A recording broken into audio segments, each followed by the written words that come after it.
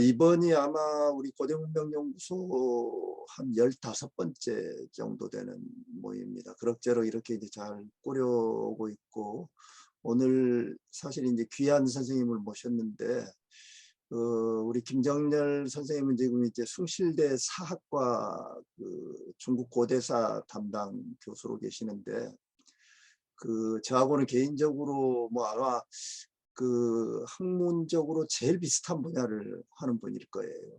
그래서 동지같이 항상 생각하고 있는, 뭐 동생처럼 또 뭐 친구처럼 이렇게 생각하고 있는 그런 사이입니다. 그리고 김 선생님은 굉장히 특이한데 박사학위가 2개예요. 남들 하나 받기도 어려운 박사학위를 2개를 받았는데, 숭실대학에서 90년대에 박사학위를 받으셨고, 중국에 공부하러 갔다가 거기서 또 눌러 앉아서 중국 사회과학원 고고연구소에서 또 박사학위를 받았습니다. 그러니까 숭실대에서 받을 때는 역사학 쪽으로 하셨고, 그리고 사회과학원 고고연구소는 거기 뭐 고고학 위주니까 서주시대 고고학 위주로 연구를 하셔서 학위 받았고, 주로 뭐 중국 고고학 분야의 다양한 논문들, 아주 다양한 분야 논문들 쓰고 있고, 동북지방 관련된 우리 한국하고 조금 관련해서 그런 연구도 많이 쓰셨고, 그리고 특히 청동기 금문을 활용해서 서주시대 국가 발전, 그리고 특히 금문하고 새로운 고고학 자료를 활용해서 지역 정치체 연구를 지금 이제 주로 많이 그동안에 해왔고, 아마 주요 연구를 들자면 거기에 이제 핵심이 맞춰진 것 같고, 오늘 발표가 사실 제가 이제 이거는 좀 내 개인적인 기호하고도 조금 이제 관련이 있는데, 내가 이걸 일부러 해달라고 부탁을 드렸어요. 왜 그러냐면은 작년 우리 동양연구소 발표에서 굉장히 인상적으로 재밌게 들었는데, 그때 시간이 너무 짧아서 제대로 된 설명을 좀 못하고 그런 것 같아서, 오늘 우리 발표는 원하는 대로 시간 쓰셔서 할 수 있으니까 마음대로 한번 말씀을 좀 해주시면 좋을 것 같고, 일단 우리 그동안에 고고학 자료 가지고 하는 연구들이 주로 대체로 1대1 매칭을 해서 뭐 유형이 같으면은 서로 연관성을 짓고 이런 연구가 주류를 이루는데, 오늘은 어떤 면에서는 상당히 좀 본질적인 연구라 그럴까요? 중국에서 서주시대에 가장 중요했던 상주시대를 거쳐서 가장 중요했던 청동 원료의 유통, 그리고 가공, 그리고 국가는 거기서 무슨 역할을 했는지, 이런 굉장히 중요한 안건을 가지고 오늘 지금 말씀을 해주실 것 같습니다. 네, 김 선생님 시작해 주십시오. 예, 안녕하세요. 방금 어, 심재훈 교수님께서 소개를 해주신 김정렬입니다. 뭐 뜻하지 않게 이것저것 하면서 살게 됐는데요. 연구도 그렇게 됐는데, 사실은 제가 제일 관심을 가지고 있는 주제는 중국의 이제 고대 문헌에 나타나는 초기 국가들이 이제 이전에 전통적인 전래 문헌에 입각해서 주로 연구가 된 반면에, 요새는 이제 많이 풍조가 바뀌어서 어, 출토 문헌들, 그리고 또 고고학적인 출토 자료들, 이런 것들을 바탕으로 해서 새롭게 조명이 되고 새롭게 이제 연구되는 그런 전체적인 조류에 저도 이제 발을 하나 얹어서 거기에 맞춰서 초기 국가라는 게 어떤가, 특히 중국이라고 하는 거대한 국가를 어떤 단일한 정치체로 이해할 수 있기 그 이전 시기에 도대체 중국이라고 하는 게 어떻게 구성이 되어 있었느냐, 뭐 이런 문제를 좀 관심을 가지고 살펴보고 있습니다. 이 중국 초유가의 청동 원료 생산과 유통에 관한 문제도 사실은 뭐 그런 관심사하고 일정한 정도로 관련을 맺고 있는 주제라고 이렇게 말할 수 있겠는데요. 특히 이제 제가 요 글을 이제 작성을 하게 된 것은 2가지 때문이었어요. 하나는 이제 최근에 중국에서 이전에는 확인할 수 없었던 많은 이제 새로운 청동 원료에 관련된 자료들이 최근 들어서 특이할 정도로, 이상할 정도로 이제 집중적으로 이제 발표가 되고 있고, 그래서 새로운 자료들에 대한 시각이 좀 필요하겠다는 생각이 들고, 또 하나는 이제 그러면서 동시에 그 중국 사람들이 여전히 고대사에 대해서 가지고 있는 어떤 이상화된 고대 국가 뭐 이런 아이디어죠. 이런 관념이 대단히 강고하게 자리 잡고 있는데 그건 이제 고대사에 그대로 투영하는 경향들이 좀 강한 것 같아요. 그래서 청동 원료의 생산 유통에 있어서도 뭐 그런 문제 잘 발달된 왕조 국가가 그걸 이제 통제를 하고 그 다른 지역 세력들이 이제 그것을 매개로 해서 이제 국가에 복속되어 있었다는 뭐 이런 논리로 이제 해석을 하려고 하는 경향이 있는데 뭐 그게 어느 정도 타당한지 또 그런 얘기를 하기 위해서 무엇이 필요한지 뭐 이런 문제들을 좀 생각해 봐야 되겠다는 뭐 그런 두 가지 정도의 생각에서 이 글을 꾸며보게 됐습니다. 뭐 이제 구체적으로 하나하나씩 내용을 좀 살펴보도록 하겠습니다. 먼저 이제 목차부터 간단히 볼게요. 목차는 이제 머릿말 청동 원료의 생산지, 어디서 생산이 됐는지의 문제, 그 다음에 청동 원료가 생산이 되고 그게 어떻게 소비됐는지의 문제 그 다음 장이고요. 그 다음에 거기에서 국가가 어떤 역할을 했는지, 국가 권력이 어떤 역할을 했는지, 이게 이제 네 번째 장에서 다루는 문제입니다. 그리고 마지막에 전체적으로 이제 결론을 내시려고 합니다. 그 오른편에 있는 사진은 이제 그 임면문유라고 하는 그 인물인데요. 그 호북성의 그 무한시 그 바로 위에 이제 수주시라는 데가 있는데 그 수주시 박물관에 제가 이제 답사를 갔을 때 거기서 촬영한 청동뷰예요. 근데 이 청동뷰의 가장 큰 특징이라 그럴까요? 그건 뭐냐면 이제 그 앞에 장식이 된 문양이 이제 사람 얼굴이라는 거죠. 사람 눈과 그다음에 눈썹 이게 뚜렷하게 이제 코 이런 것들이 부각이 되어 있는데 이 지역에서만 이제 특징적으로 나타나는 그 유물 가운데 하나입니다. 이 지역 청동기의 다양성을 보여줄 수 있는 그런 한 사례라고 생각이 돼서 서주 시대 때 서주 전기경에 이제 인면문유를 한번 옆에다가 사진으로 얹어봤습니다. 이제 아래 이제 머릿말부터 시작해서 본격적으로 이제 얘기를 시작을 좀 해보겠습니다. 머릿말입니다. 이제 여기서 이제 청동 원료라고 이제 제가 이제 논문에서 썼는데 이제 여기서 말하는 청동 원료라고 하는 것은 세 가지를 얘기를 해요. 구리, 주석, 납 요걸 이제 말합니다. 근데 원래 좀 제한적인 의미의 청동이라고 얘기한다면 사실 구리하고 주석 합금이잖아요. 그런데 중국의 초기 청동기는 그야말로 청동에서부터 발전을 하고 거기에 납을 일정 정도 사용한 것이 상당한 특징이라고 얘기를 할 수 있습니다. 이 납이 들어가게 되면 다양한 형태의 물건을 이제 주조하는데 유동성이라든지 이런 것들이 크게 올라가기 때문에 이 중국 고대 청동기와 같은 경우에는 납이 상당히 중요한 어떤 합금 성분으로 포함이 되게 돼서 그래서 여기에는 납도 역시 포함을 시켰습니다. 그리고 초기국가식이라고 얘기를 했는데 여기는 이리두문화기에서 서주시기까지 이렇게 시간의 범위를 설정했습니다. 절대연대로 따지면 대개 기원전 한 20세기, 19세기 뭐 이때서부터 시작해서 기원전 한 8세기경까지 뭐 이 시기에 대한 얘기인데 사실 자료가 균일하지 않습니다. 그래서 각각의 시대를 모두 골고루 이렇게 얘기를 할 수는 없고 이제 전체적인 어떤 흐름이라든지 뭐 경향 이런 쪽에 좀 문제에 초점이 맞춰져 있습니다. 이 청동원료는 그 청동 얘기라고 하는 건 이제 그 뭐 제기, 의례기 뭐 이런 것들이죠. 그 다음에 병기, 무기입니다. 그리고 생활용구 등을 주조하는데 핵심 원료가 되는 게 바로 청동 얘기입니다. 이 청동 얘기는 그 중국에서 또 청동 병기는 상당히 그 중요한 사회적인 어떤 물자로 사용된 것들이기 때문에 야금술, 주조술 같은 이제 청동기 제작에 관련된 어떤 제한된 기술적 측면 그걸 뛰어넘어서 국가나 사회구조, 생산 조직 뭐 이런 여러 가지 문제들하고 매우 밀접한 관련을 갖고 다루어지는 그런 주제입니다. 그래서 뭐 이 제가 이번에 말씀드리는 주제도 역시 그하고 관련돼서 말씀을 좀 드려 보려고 하는 거고요. 근데 이제 지금까지 이 청동 원료에 대해서 연구를 계속해 왔을 때 그 여러 가지 문제점들이 기존에 있어 왔는데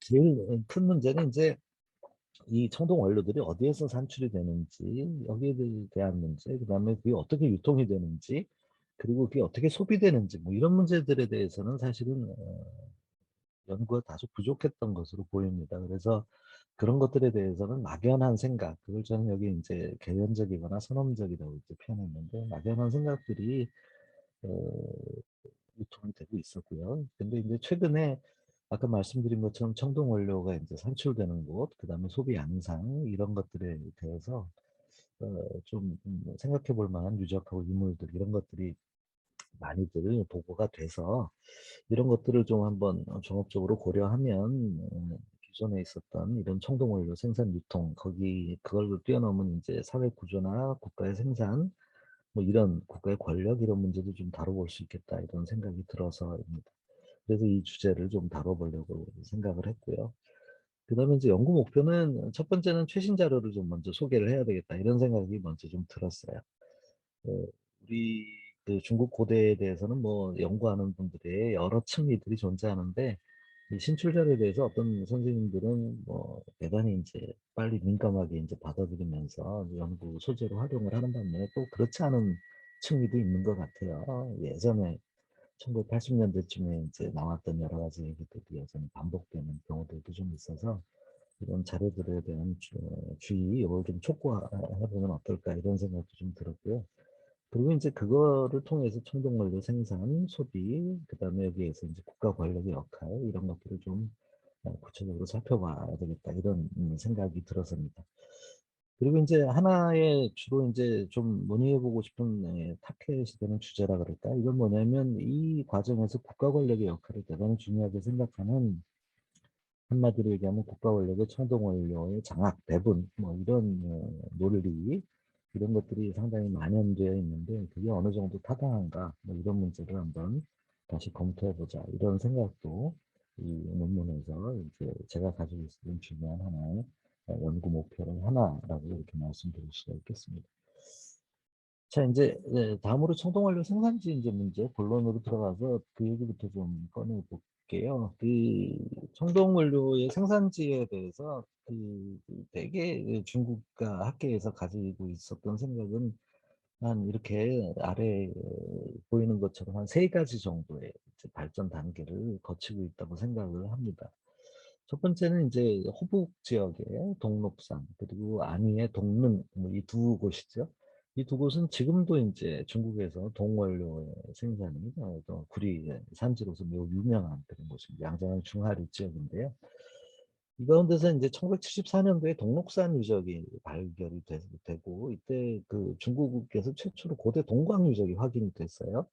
그리고 이 동광 유적에서 흥미롭게도 상대까지 올라가는 유물, 이 토기인데 이제 력이죠. 력이라고 하는 이 세발 달린 솥이 상대의 것으로 이제 생각이 되는 그런 이제 유형적인 특징을 가지고 있는 토기가 출토가 돼서 그래서 이때 든 생각이 상나라 때부터 이 지역이 그 중국의 중원 지역의 청동 원료의 중요한 공급지였을 것이다. 뭐 이런 이제 생각이 나타나고 이게 널리 받아들여지기 시작했습니다. 이게 이제 양자강 중하류 지역에 주목한 견해죠. 이게 이제 첫 번째 청동 원료 생산지에 대한 이야기라고 할 수 있습니다. 근데 이제 그 다음 단계가 되면 이제 1980년대가 되면 이 김정요라고 하는 중국의 연구자가 있는데 이 양반을 필두로 한 일군의 연구자들이 있습니다. 근데 이 김정요 선생은 중국 사회과학원의 이제 종교연구소에서 이제 근무를 하시면서 일을 하신 분이었거든요. 근데 이 양반이 그 청동 원료에 대해서 뭐 중대한 하나의 공헌을 하게 됐는데 그건 뭐냐면 이 청동 원료를 이제 화학적으로 분석을 해보는 거죠. 그랬더니 이리강 문학이나 은어 문학을 막론하고 이른바 우리가 상대라고 얘기하는 청동기에서 이상납이라고 하는 것이죠. 이상납이라고 하는 존재가 발견이 됐는데 이게 이상납이라고 하는 게그 세계적으로 출토 사례가 매우 드문 거고 그래서 이 중국에서도 그걸 그 케이스를 많이 볼 수 없기 때문에 중국 청동기에 사용된 이때 상대 청동기에 사용된 청동 원료라고 하는 게 어떤 특정한 이상납을 산출하는 지역에서 제공이 됐을 것이다. 이렇게 이제 얘기를 한 거죠. 이때는 이제 사실 논란의 여지가 많이 있었던 게 그러면 그게 납성분이라고 얘기한다면 청동기 제작에 있어서 아까 얘기한 것처럼 어떤 부수적인 하품의 일부분인데 이것만 이제 어떤 이상납이라고 하는 게 산출되는 특정한 지역에서 온 거냐 아니면 봉 자체에 구리 자체에 어떤 이상납 성분이 구리 합금 속에 자연스럽게 포함된 것이냐 뭐 이런 논란까지 포함해서 전체적으로는 이제 그 새로운 이제 시각이 제시가 되기 시작을 했어요. 그 뭐냐면 중국의 서남 지역에 있는 다금 속의 공생 광산이 이 청동원료 생산지다. 뭐 구리나 납을 막론하고 이쪽 지역에서 온 것일 거다. 그리고 이제 거기에서부터 이제 지금 운남성 사천성 일대 지역이죠. 그쪽 지역에서부터 시작을 해가지고 중국 중원 지역까지 청동 원료가 공급됐다. 이런 이제 가설을 주장을 하기 시작했습니다. 이게 이제 이 문제는 당시 사람들한테는 상당히 충격적이었던 것으로 보여요. 왜냐하면 이렇게 된다면 이 청동 원료의 유통 노선이라고 하는 게 이제 적어도 1000km 이상으로 길어지게 되거든요. 과연 고대 사회에서 이 청동 원료가 1000km 이상의 거리를 두고 상당량이 공급될 수 있었을까? 뭐 이런 이제 뭐라 그럴까요? 합리적인 의심이라 그럴까? 아니면 뭐 어떤 직관적인 논단이라 그럴까요?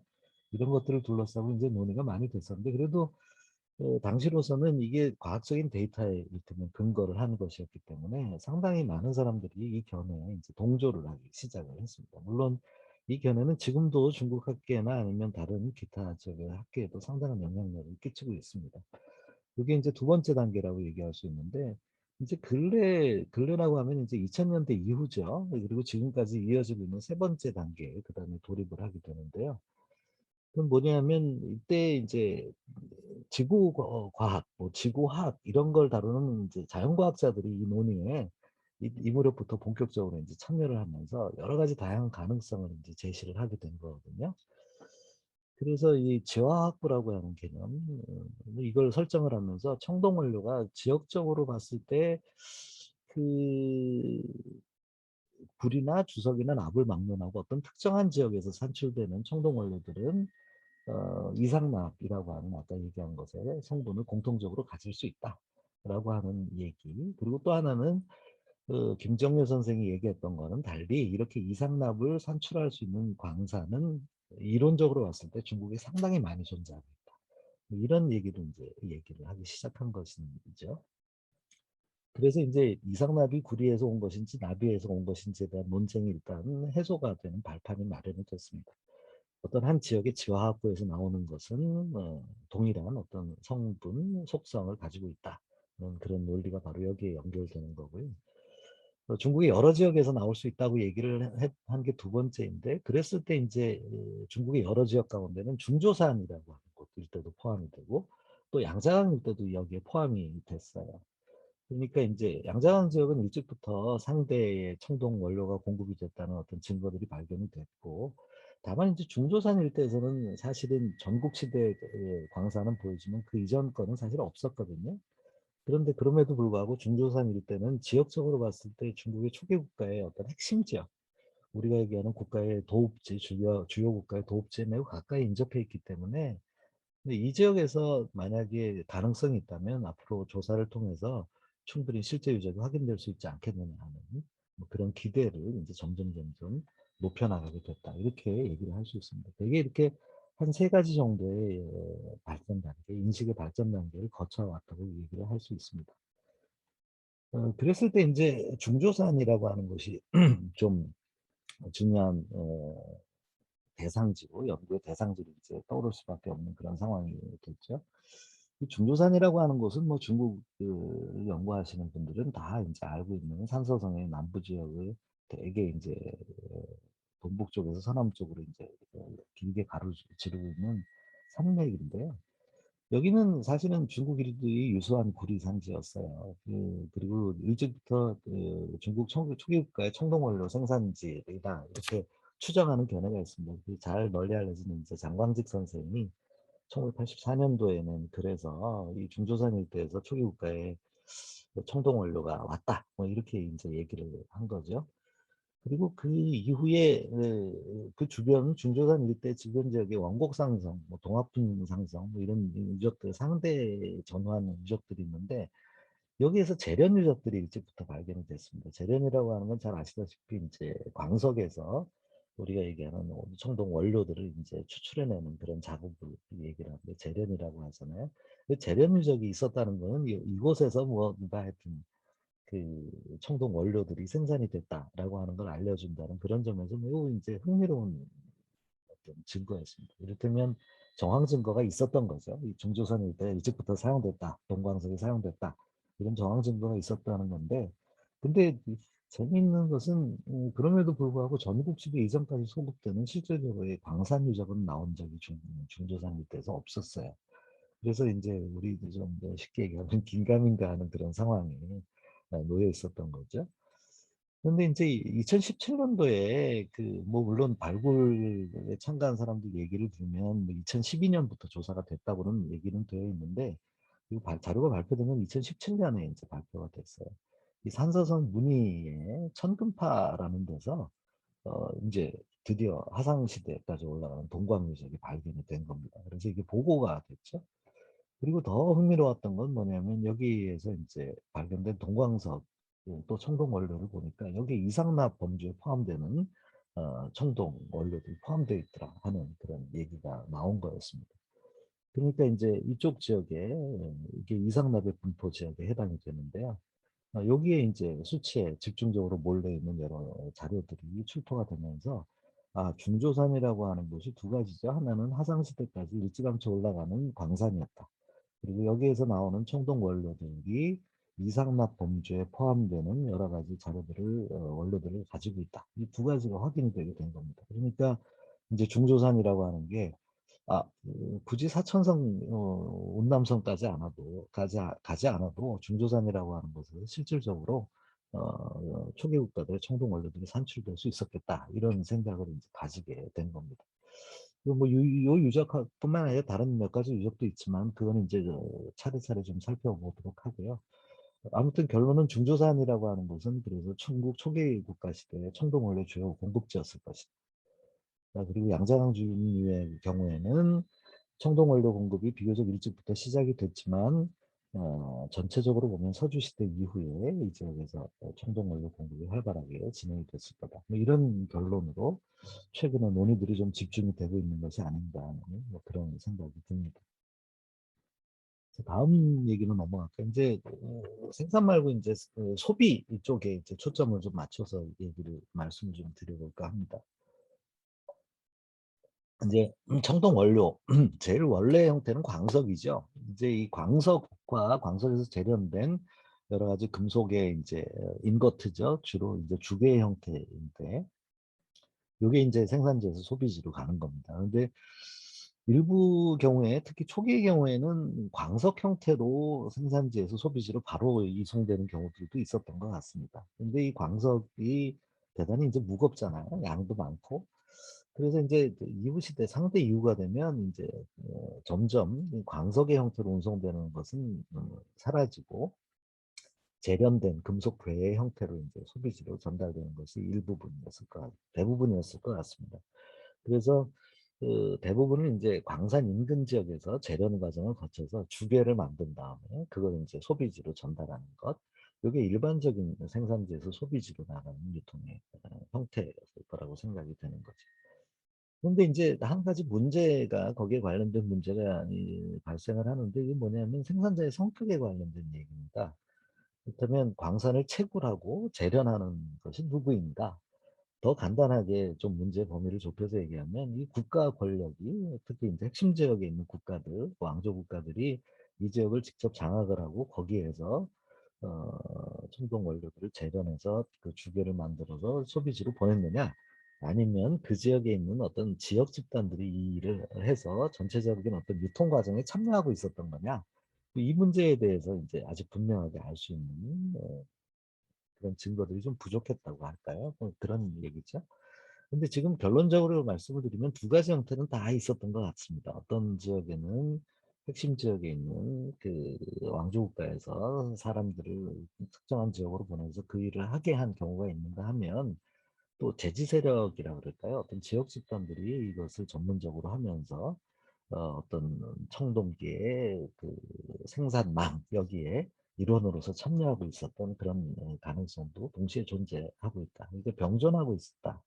이렇게 생각하는 게 지금으로서는 가장 타당한 견해가 아닐까 이렇게 생각을 하는데요. 좀 거기에 관련해서 덧붙여서 이제 말씀을 드리면 몇 가지 것들 이제 아래처럼 말씀을 좀 드릴 수 있을 것 같아요. 이제 왼편에 보이는 사진이 이제 대개 상주시대 구리주계입니다. 구리의 형태죠. 구리가 이렇게 대개 형태는 지금 생각하면 원반 형태의 모습을 가지고 이제 주계 형태로 생산지에서 가공이 돼서 그렇게 이제 생 소비지로 보내졌던 거라고 생각이 되는 거죠. 형태는 다 일정하지는 않고요. 무게도 다 그렇게 일정하지는 않습니다. 아무튼 이제 구리뿐만 아니라 주석이나 납까지 포함해서 각각 이제 광물들이 별도로 이제 재련이 돼서 공급이 되고 현지 그 제작지 소비지로 옮겨져서 거기에서 이제 합금 과정이 이루어진 것이라고 생각이 됩니다. 이 주계들이 나온 것, 구리 주계도 있고 주석도 있고 납도 있습니다. 다 주계 형태로 발굴된 것들이 있는데 보면 형태, 뭐 순도 이런 것들이 다 획일적이지는 않습니다. 전부 다 다양성을 가지고 있고요. 크기, 무게 역시 규격화되어 있지는 않습니다. 근데 지금 이제 사진에서 보시는 것처럼 서주시대 때는 주로 이제 원반형의 주계가 이제 유통이 됐고요. 것 이외에 이제 근래에 발견된 이제 하나의 석가산에 있는 저 호북 지역의 저 석가산 유적에서 발굴된 그 증후묘지에서 나오는 이제 청동주계는 긴 이제 장조형 형태로 되어 있습니다. 근데 요거는 이제 순도가 좀 높습니다. 다른 것에 비해서. 그래서 이게 이제 바로 생산지, 청동원료의 생산지에서 바로 가는 것인지 아니면 소비지에서 이렇게 특별히 주괴 형태로 요새 얘기하면 금괴 형태로 다시 가공이 돼서 이것이 다시 간 것인지 여기에 대해서는 아직 분명히 좀 알기가 어려운 상태입니다. 아무튼 이런 것들은 그 청동 공방에서도 나오지만 대개는 무덤 또 저장구덩이, 저장구덩이라고 하면 중국에서는 교장 뭐 교혈 이렇게 얘기하는데 청동기들 이제 청동 얘기들을 모아서 보관하던 이런 구덩이들이 있는데 거기에서 나오는 경우도 있어요. 그래서 전체적으로 봤을 때는 이런 주계들이 청동기를 생산하기 위한 원료로서 유통이 되기도 하고 또 일부는 사치품으로 이제 위신제죠. 각각의 집안들의 보관이 되고 그리고 이것들이 이제 어떤 특정한 계기를 바탕으로 해서 무덤이라든지 아니면 청동기, 저장갱에 이렇게 매장되는 경우도 이렇게 있지 않았을까 이런 정도로 추정을 하고 있습니다. 근데 최근에 발견된 그 유물 가운데 가장 이제 재밌는 것은 여기 은어의 유가장이라는 데서 나온 이거는 구리는 아니고요 납입니다. 납주계가 이제 발견이 됐는데요. 여기 2013년에 중국사회과학원 고고연구소에서 2018년에 보고가 됐습니다. 근데 그 공교롭게도 요거가 조사가 되고 그 옮겨질 때 마침 제가 은어에 가서 은어에 있는 친구들한테 이걸 각각 직접 이제 볼 기회가 있었어요. 이제 이게 그 아파트를 이제 짓는 과정에서 그 은호 외곽 지역이죠. 사실은 핵심 지역에서는 약간 벗어나는 곳입니다. 이 외곽 지역에서 이 아파트 공사를 지금도 계속 짓고 있거든요. 이제 안양시가 서북 쪽으로 이제 확장이 되면서 이 은호 주변 일대로 요새 그 주택 공급 때문에 아파트들을 많이 지어요. 그런데 이걸 이제 터를 파는 과정 속에서 이 일부분을 이렇게 깎아먹은 상태로 발견이 됐어요. 그래서 이제 조사 당시에 요걸 이제 그대로 요 부분을 갖다가 그대로 떴어요. 이게 요걸 발굴을 한 게 아니라 요걸 그대로 아예 크게 파서 그래서 이제 연구소로 옮겨왔습니다. 옮겨온 형태가 이 아래에 보이는 이 사진입니다. 그래서 여기에서 이걸 하나하나씩 이제 조사를 한 거죠. 하나하나씩 조사를 해봤는데 여기 나온 거는 이제 근원형, 그러니까 거의 원형에 가까운 이런 형태입니다. 위에 보이는 이런 형태인데 이 저장구덩이에서 납축에 293점 그리고 무게로 따지면 3.4톤 정도가 되는 양이 한꺼번에 이제 출토가 됐습니다. 이게 이 납만 이제 따로 공급을 받은 거죠. 대개 형태는 이제 거북등 모양이라고 하는데 형태는 좀 일정하지 않습니다. 여기 이제 화면에서 보이는 것처럼 납작한 형태의 일정하지 않은 형태고요. 무게, 크기 다 균일하지 않은데 대개 납함량은 조사를 해보니까 75%에서 85% 정도가 되고 그런 것들이 이제 그 은어의 한 곳에서 이렇게 크게 구덩이 속에서 한꺼번에 발견이 된 거죠. 그런데 지역에서 이제 보내온 납의 생산 원료라고 이렇게 얘기를 할 수 있습니다. 이런 것 역시 이제 각 지역에서 이제 이런 청동 원료들을 아까 말씀드린 것처럼 구리뿐만 아니라 납이나 주석 뭐 이런 형태로 가공을 해서 각각 소비지에 도달을 하고 그 지역에서 이제 청동 얘기나 무기들을 만들기 위한 어떤 제작 과정이 공정이 시작이 됐다 그렇게 생각이 되는 겁니다. 그다음에 이제 또 다른 유적으로 그다음에 말씀드리고 싶은 건 서우벽 유적이라고 하는 겁니다. 서우벽 유적은 이것 역시 이제 최근에 이제 발표가 된 유적이에요. 중국 국가박물관에서 2020년도에 이제 발표가 됐으니까요. 비교적 이제 근래에 발표된 유적입니다. 여기 고고라고 하는 글에 먼저 이제 약보고가 좀 실려 있고요. 이게 이제 지금도 여러 가지로 논의가 되고 있는 그런 상황입니다. 일단 위치를 보면 산서성 남부의 운성분지에 위치하고 있습니다. 여기에 이제 요 지역에 위치하고 있는데 이제 중조산을 이제 끼고 있는 지역이죠. 그리고 이제 여기에서는 이리두 문화에서 이리강 문화, 이제 역사 시대에도 보면 이리두 문화에 대한 논란이 워낙 심해서 뭐라 단정할 수는 없지만 시기적으로 대체로 그냥 하대 이렇게 좀 편의적으로 부르면 이리강 문화기는 뭐 상대 이렇게 얘기를 하니까요. 요 시기에 걸쳐서 지역에서 가장 큰 유적, 면적이 한 70만 평방미터 정도가 된다고 하죠. 그런 유적에 해당이 됩니다. 이 유적은 대단히 이제 다양한 유구들이 이제 출토가 되는데 공방, 용광로, 목탄 가마, 우물 뭐 이런 것들이 발견됩니다. 여기는 이게 송풍구죠. 높은 온도를 만들기 위해서 송풍구이고요.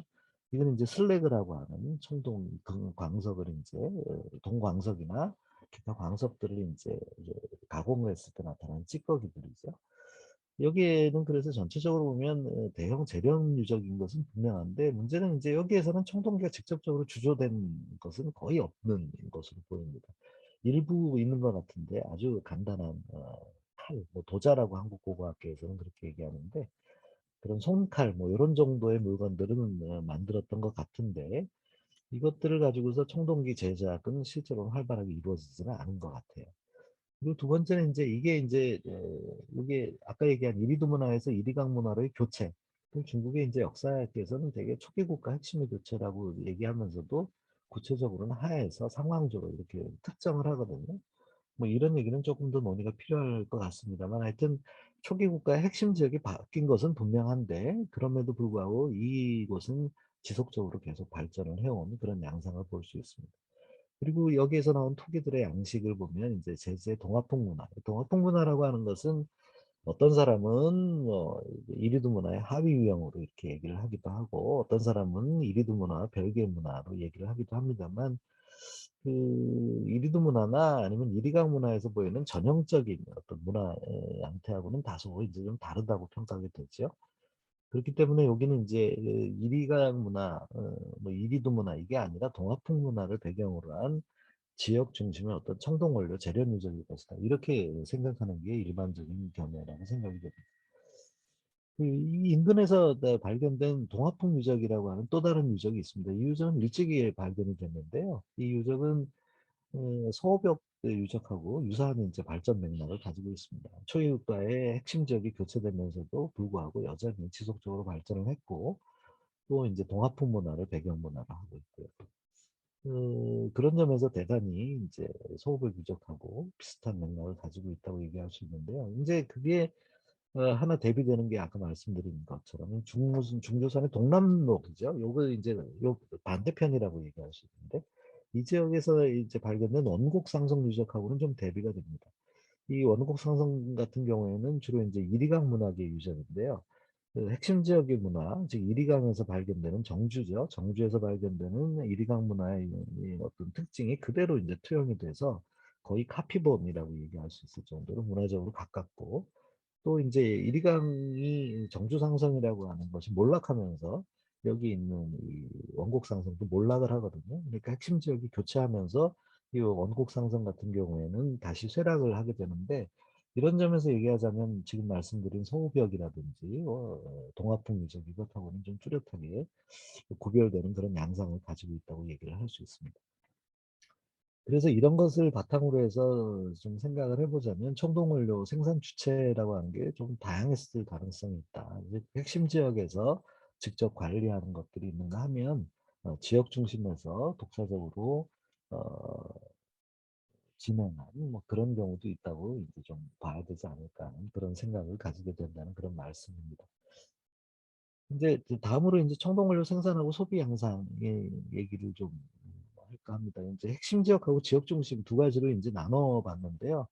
우리가 얘기하는 국가 도읍과 주변 지역, 뭐 하상 뭐 이렇게 얘기를 하는 겁니다. 그다음에 서주 시대 때는 핵심 지역이 복수로 존재한다고 보통 이렇게 얘기를 합니다. 어디냐 하면 지금의 서안 일대 풍호라고 하는 유적, 그다음에 섬서성 중부에서 약간 서부 쪽으로 치우쳐 있는 주원 있는 유적, 그다음에 지금 하남성 낙양에 있는 성주 유적, 뭐 이런 데를 이제 핵심 지역으로 간주합니다. 즉 복수가 존재했다고 보는 거죠. 지역 중심은 이제 지역 정치체 근거지 또는 제후의 봉지 이런 것처럼 특정 지역에서 지배력을 행사하는 취락 이렇게 이제 먼저 정의를 하자면 이 핵심 지역하고 지역 중심에는 좀 지금 얘기하는 아래 표에서 보이는 것처럼 차이가 있다 이러는 거죠. 핵심 지역에서는 이제 그 국가 주도의 청동기가 제작하고 분배가 됐다. 뭐 이렇게 얘기를 하는 건데 여기다는 일단 퀘스천 마크를 한번 붙여보겠습니다. 반면에 지역 중심에는 핵심 지역에서 이제 청동기가 수입이 됐다. 이렇게 얘기를 하는 거고요. 그런데 이제 그 핵심 지역을 보면 동일한 시기에 또 동일한 기종을 제작하는 청동 공방이 여러 개가 병존하고 있습니다. 그 얘기는 뭐냐면 국가에 의해서 이게 통일적으로 관리가 됐다는 그런 가정을 한다면 사실은 동일 시기에 동일 기종을 제작하는 공방은 숫자가 최소화될수록 관리에 용이하다고 얘기할 수 있고 생산의 효율도 높다고 할 수 있습니다. 그런데 그럼에도 불구하고 그렇지 실질적으로 유적이 보여주는 양상은 그렇지가 않다는 거죠. 똑같은 것을 만드는 이 여러 공장들이 많이 동시에 여러 군데 흩어져서 존재하고 있다 이런 얘기가 되겠습니다. 그다음에 지역 중심지에서는 아까 이제 서두에서 보여드린 것처럼 지역 양식의 청동기가 독자적으로 제작이 되고 있었다는 거죠. 또 그다음으로 이제 그런 것들을 봤을 때 국가의 체계적인 관리가 과연 핵심 지역에서 존재하고 있었을까? 뭐 여기에 대해서 좀 의문을 갖게 되는 거고요. 또 지역 중심지의 경우를 사려 들자면 청동 원료를 피동적으로 자기들이 이제 왕조의 중 핵심 지역의 어떤 왕조를 통해서 분배를 받았다. 그러니까 이건 피동적인 청동 원료 입수라고 이렇게 얘기를 하는 거고요. 그다음에 청동기가 또 국가에서 일방적으로 또 이제 제작이 돼서 수여가 됐다. 이건 이제 청동기 입수를 이제 피동적으로 했다 이런 얘기입니다. 그거를 이런 것처럼 단순하게 생각하는 거는 조금 어렵지 않겠느냐 하는 그런 생각을 가진다는 그런 말씀입니다. 몇 가지 자료를 통해서 좀 이제 그걸 좀 보여드릴까 하는 생각인데요. 그 다음 화면을 좀 보면 어, 이야기가 조금 제 말씀을 이해하는 데 조금 도움이 되지 않을까 싶습니다. 초기 국가 핵심 지역의 청동공방 유적인데요. 이건 이제 첫 번째 보여드리는 사례는 주원 일대 지역입니다. 지금 방금 말씀드린 것처럼 서주시대의 핵심 지역의 하나로 꼽히는 그런 주원이죠. 주원 일대 청동공방 유적은 계속해서 조사가 되었습니다만 주원 일대는 워낙 유적 면적이 넓어서 지금까지도 아직 조사가 그렇게 많이 됐다고 얘기하기는 사실 좀 어렵습니다. 일부 이렇게 조사가 된 정도인데요. 근데 그 청동 공방 유적만 일단 이렇게 표시를 해보면 여기 이제 여기 주동 유전이라고 하는 게 보이시죠? 범례 이게 까만색 사각형으로 표시가 되어 있는데 지금 지도 속에서 보시는 것처럼 이 범위 내에 여러 군데의 주동 유적들이 산포되어 있습니다. 그러니까 비교적 좁은 지역에 이것을 조사한 사람들이 얘기하면 2km에서 3km 정도 범위마다 하나씩 이 주동 유적 이게 발견이 된다. 뭐 이렇게 얘기할 정도로 대단히 많이 분포되어 있습니다. 그러니까 이제 핵심 지역에 복수의 청동 공방이 존재하고 있었다. 뭐 이렇게 생각을 할 수 있지 않을까 하는 게 드는 거고요.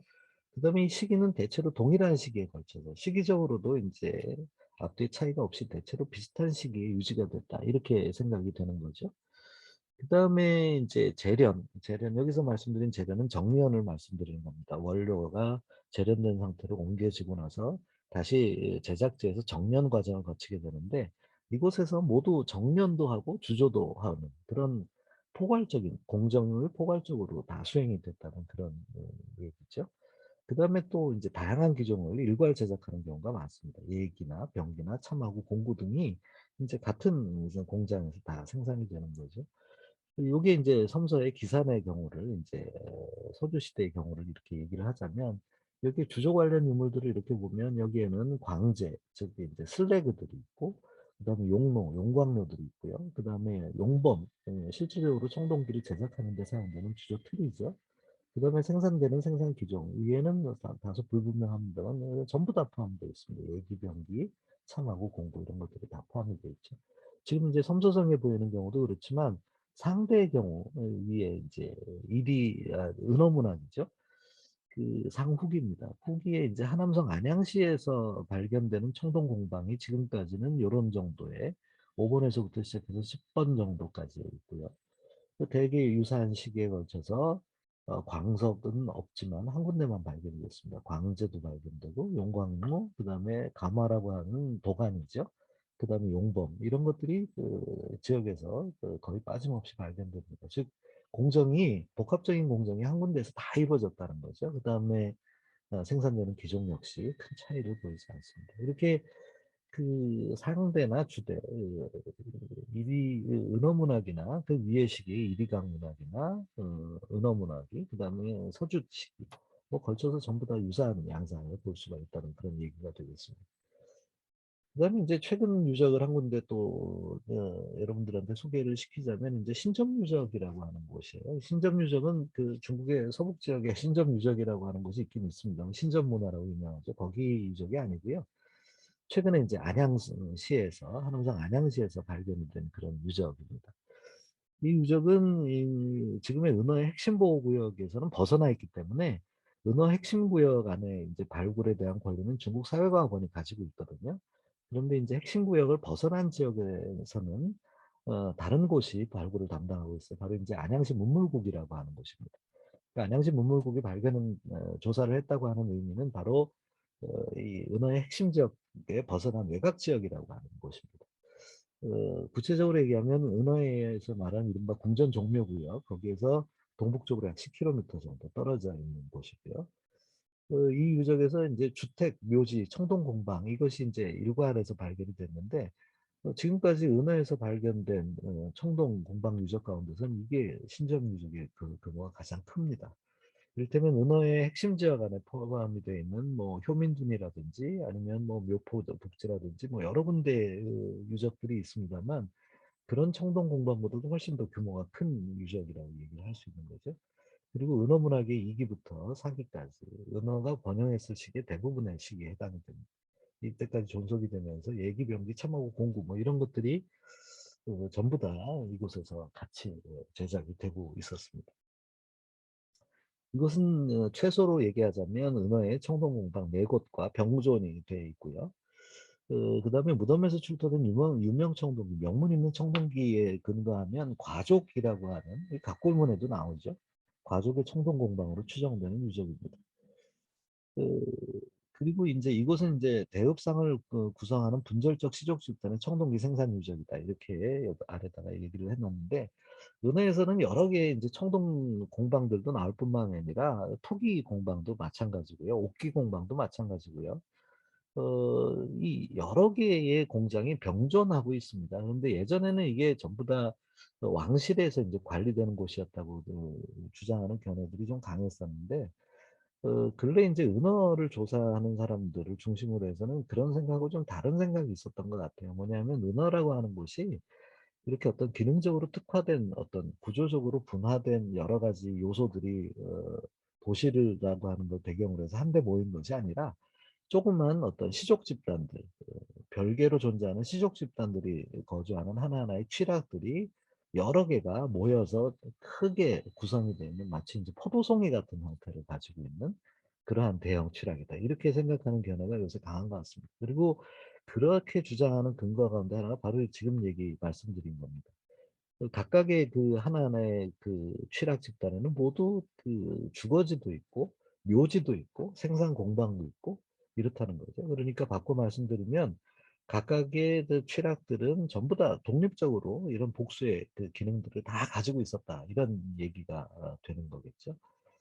그렇게 이제 생각을 한다면 바로 이 신점유적 역시 은어의 핵심 구역에서 벗어나 있는 이 지역에 주거하고 있었던 과족이라고 하는 지족으로 추정되는 집단이 독자적으로 영위한 청동기 공방이 아닐까 이런 생각을 가지게 된다는 겁니다. 그렇게 얘기했을 때 이 청동의 소비라고 하는 것이 대단히 다양한 방식으로 이루어지고 여기에 이제 국가 권력의 통제라고 하는 것이 뚜렷하게 우리 눈에 확인이 되기는 좀 어렵다 이렇게 생각이 된다는 그런 말씀을 드리고 있습니다. 그래서 이제 그 다음으로 이제 청동 원료 유통과 국가라는 측면에서 이 말씀을 드린다면 최근에 이제 나타나고 있는 여러 가지 견해는 이런 생각을 가지고 있습니다. 광역적인 범위에 걸쳐서 동일한 산지의 청동 원료가 사용되고 있다. 이게 이제 첫 번째 주목이 되는 겁니다. 상대의 경우를 말씀을 드리면 핵심 지역하고 지역 중심의 이상납 청동 원료가 다 공유돼 있다. 어, 아주 넓은 지역에 걸쳐서 이상납이 다 확인이 된다는 그런 얘기죠. 그다음에 서주 시대 역시 이제 핵심 지역하고 지역 중심에서의 청동 원료들이 공유되고 있는 양상이 보입니다. 이상납의 비중은 현저히 줄어들지만 이 청동 원료로 사용됐던 여러 가지의 유물들의 성분에 대한 검사를 통해서 확인되는 것은 비슷한 범위에 걸쳐 있는 어떤 구리 원료나 납 원료가 공통적으로 사용됐다는 것이 확인이 되고 있다는 그런 얘기입니다.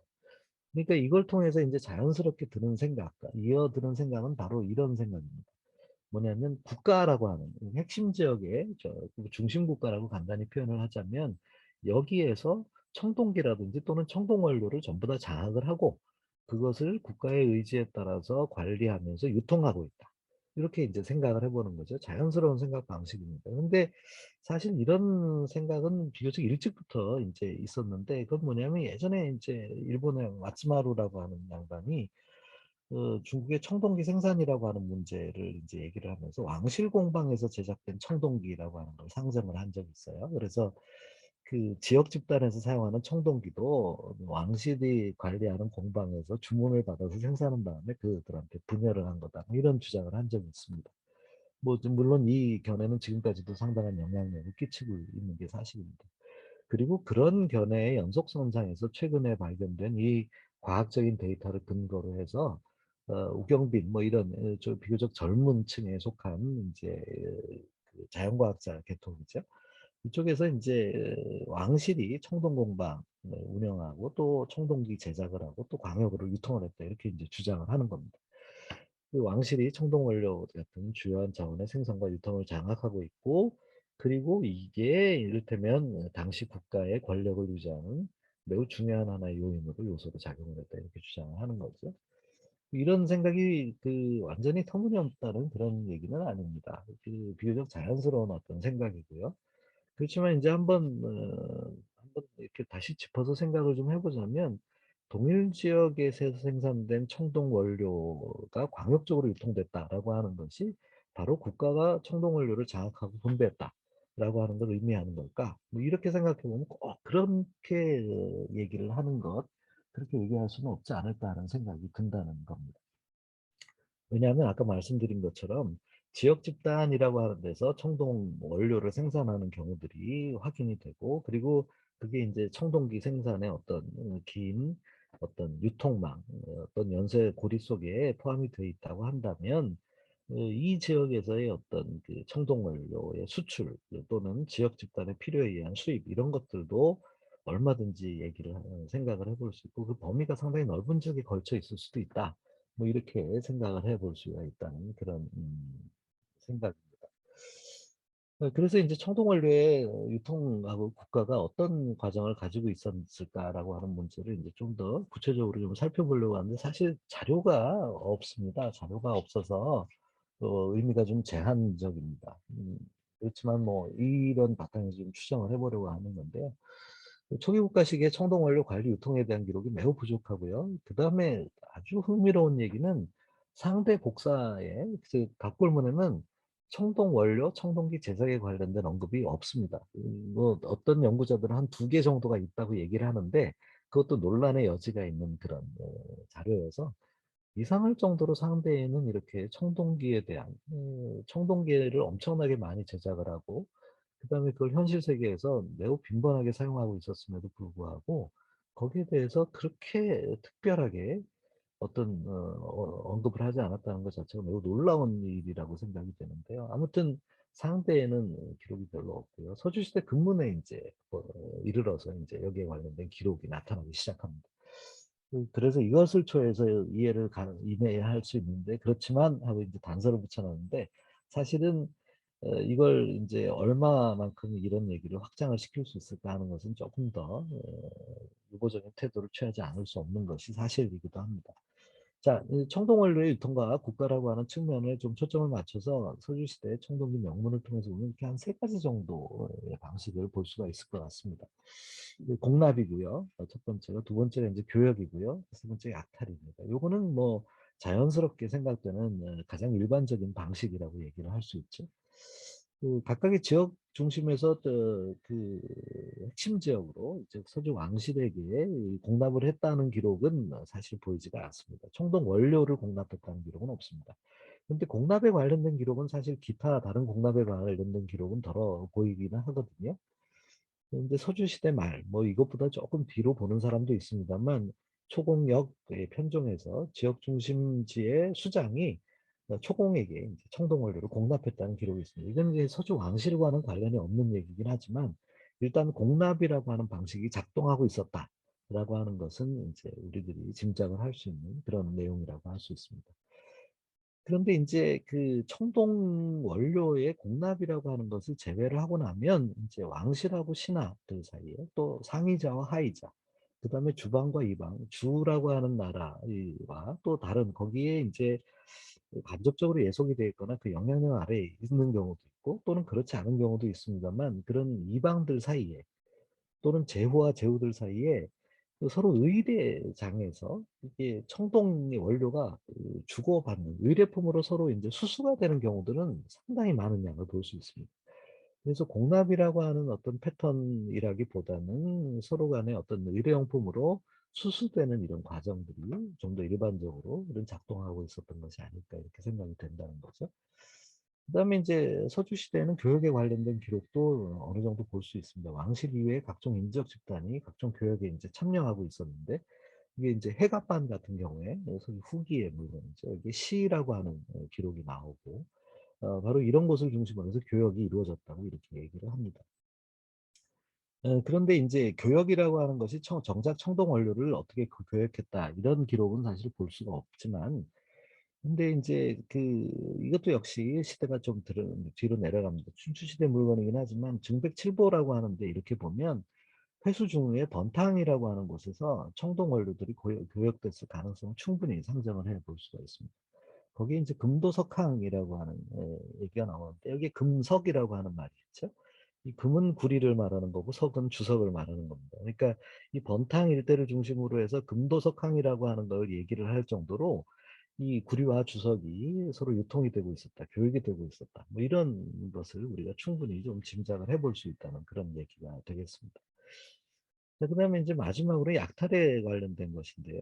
이 약탈에 대해서는 청동 원료를 입수하는 하나의 방식으로 이전부터 얘기가 많이 되어 왔습니다. 그리고 특히 이제 이것이 강조된 건 뭐냐 하면 이전까지 청동 원료의 대부분이 양자각 일대에서 공급이 됐다. 뭐 이런 생각들을 막연하게 가지고 있었던 것도 큰 하나의 이유로 작용을 하게 되는데요.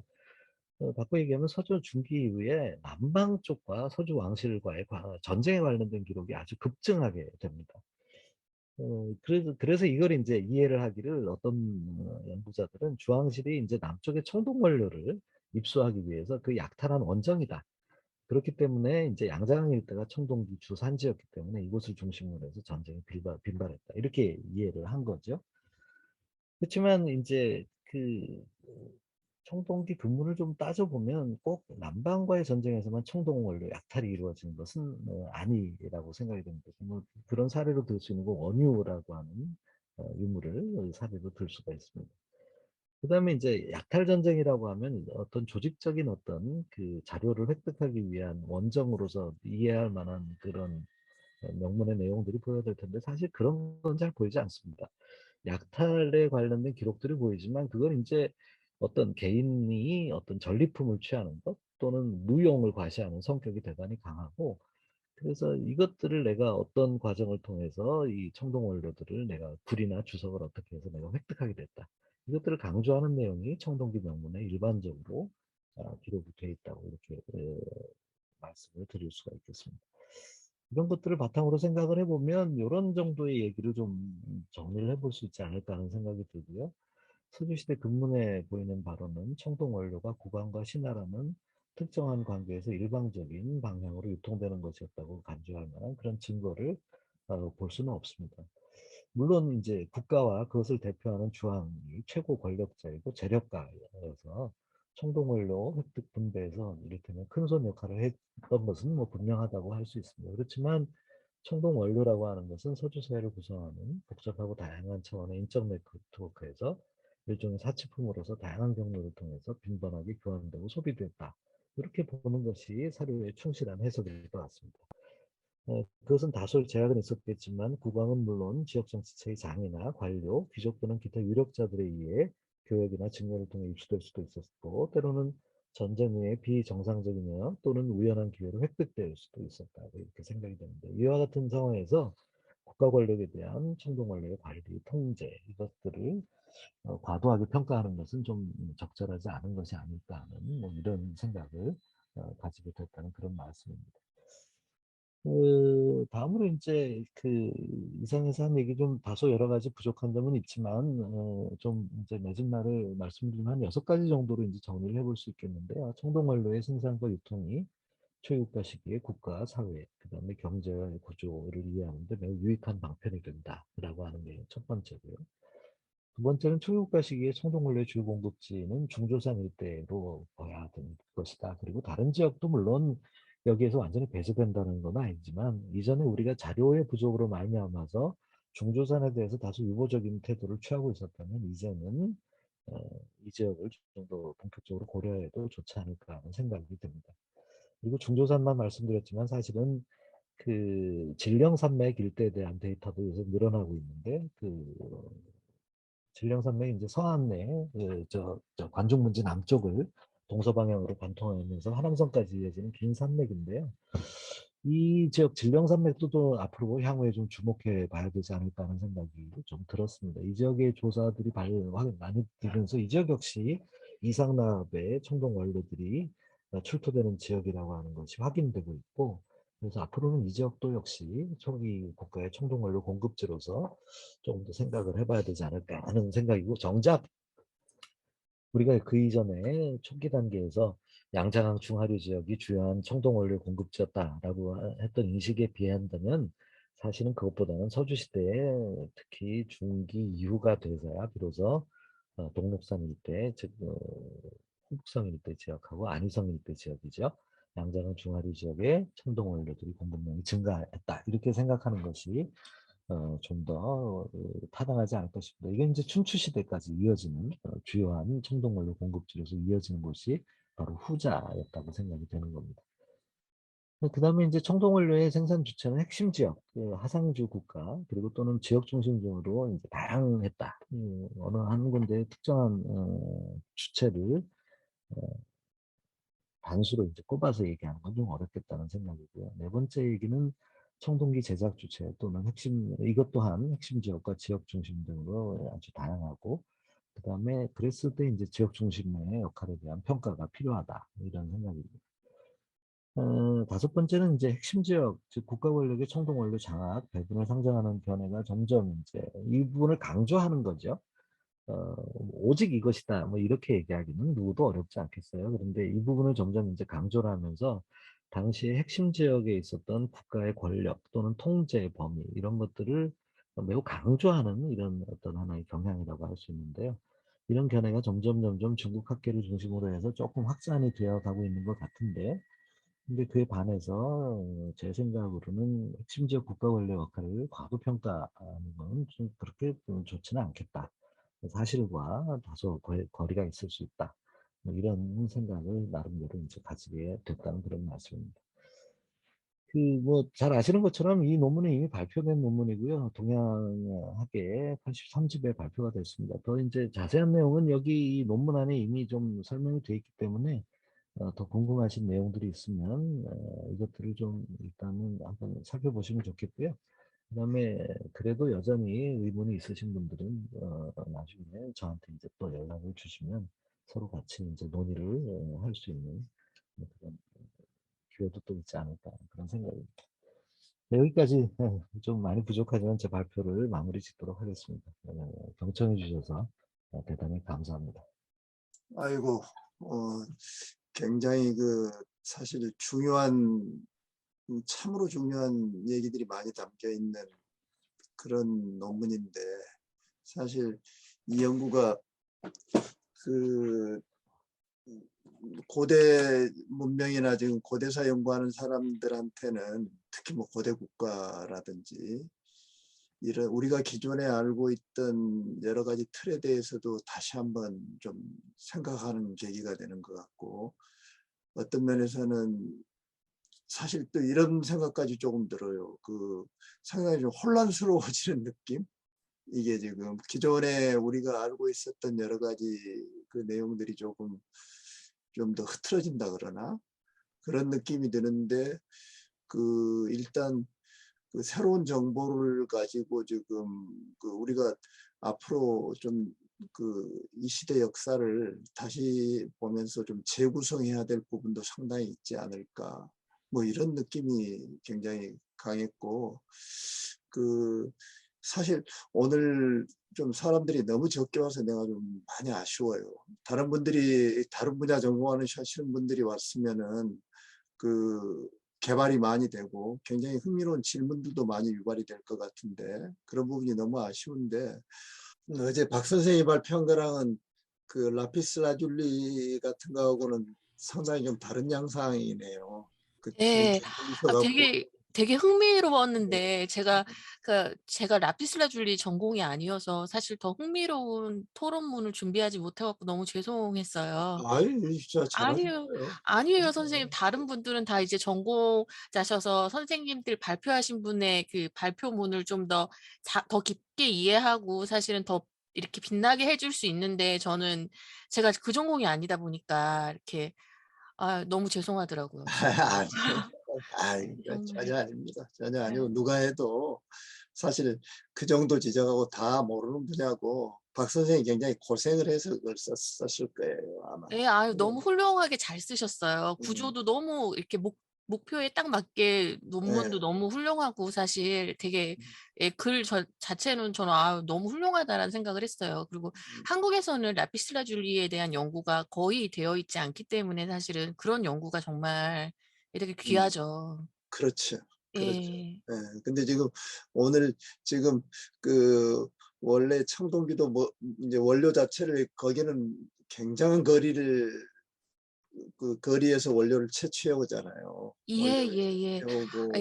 예. 저도 사실은 잘 모르는데 왜냐면 제가 이쪽 청동기 전공이 아니어서요. 근데 음. 보통 청동기는 이제 다 메소포타미아에서 나지 않고 다른 지역에서 무역항으로 그대로 들어왔거든요. 그래서 해로를 따라 들어오기도 하고 이제 음. 육로를 따라 들어오기도 한 걸로 저는 알고 있어요.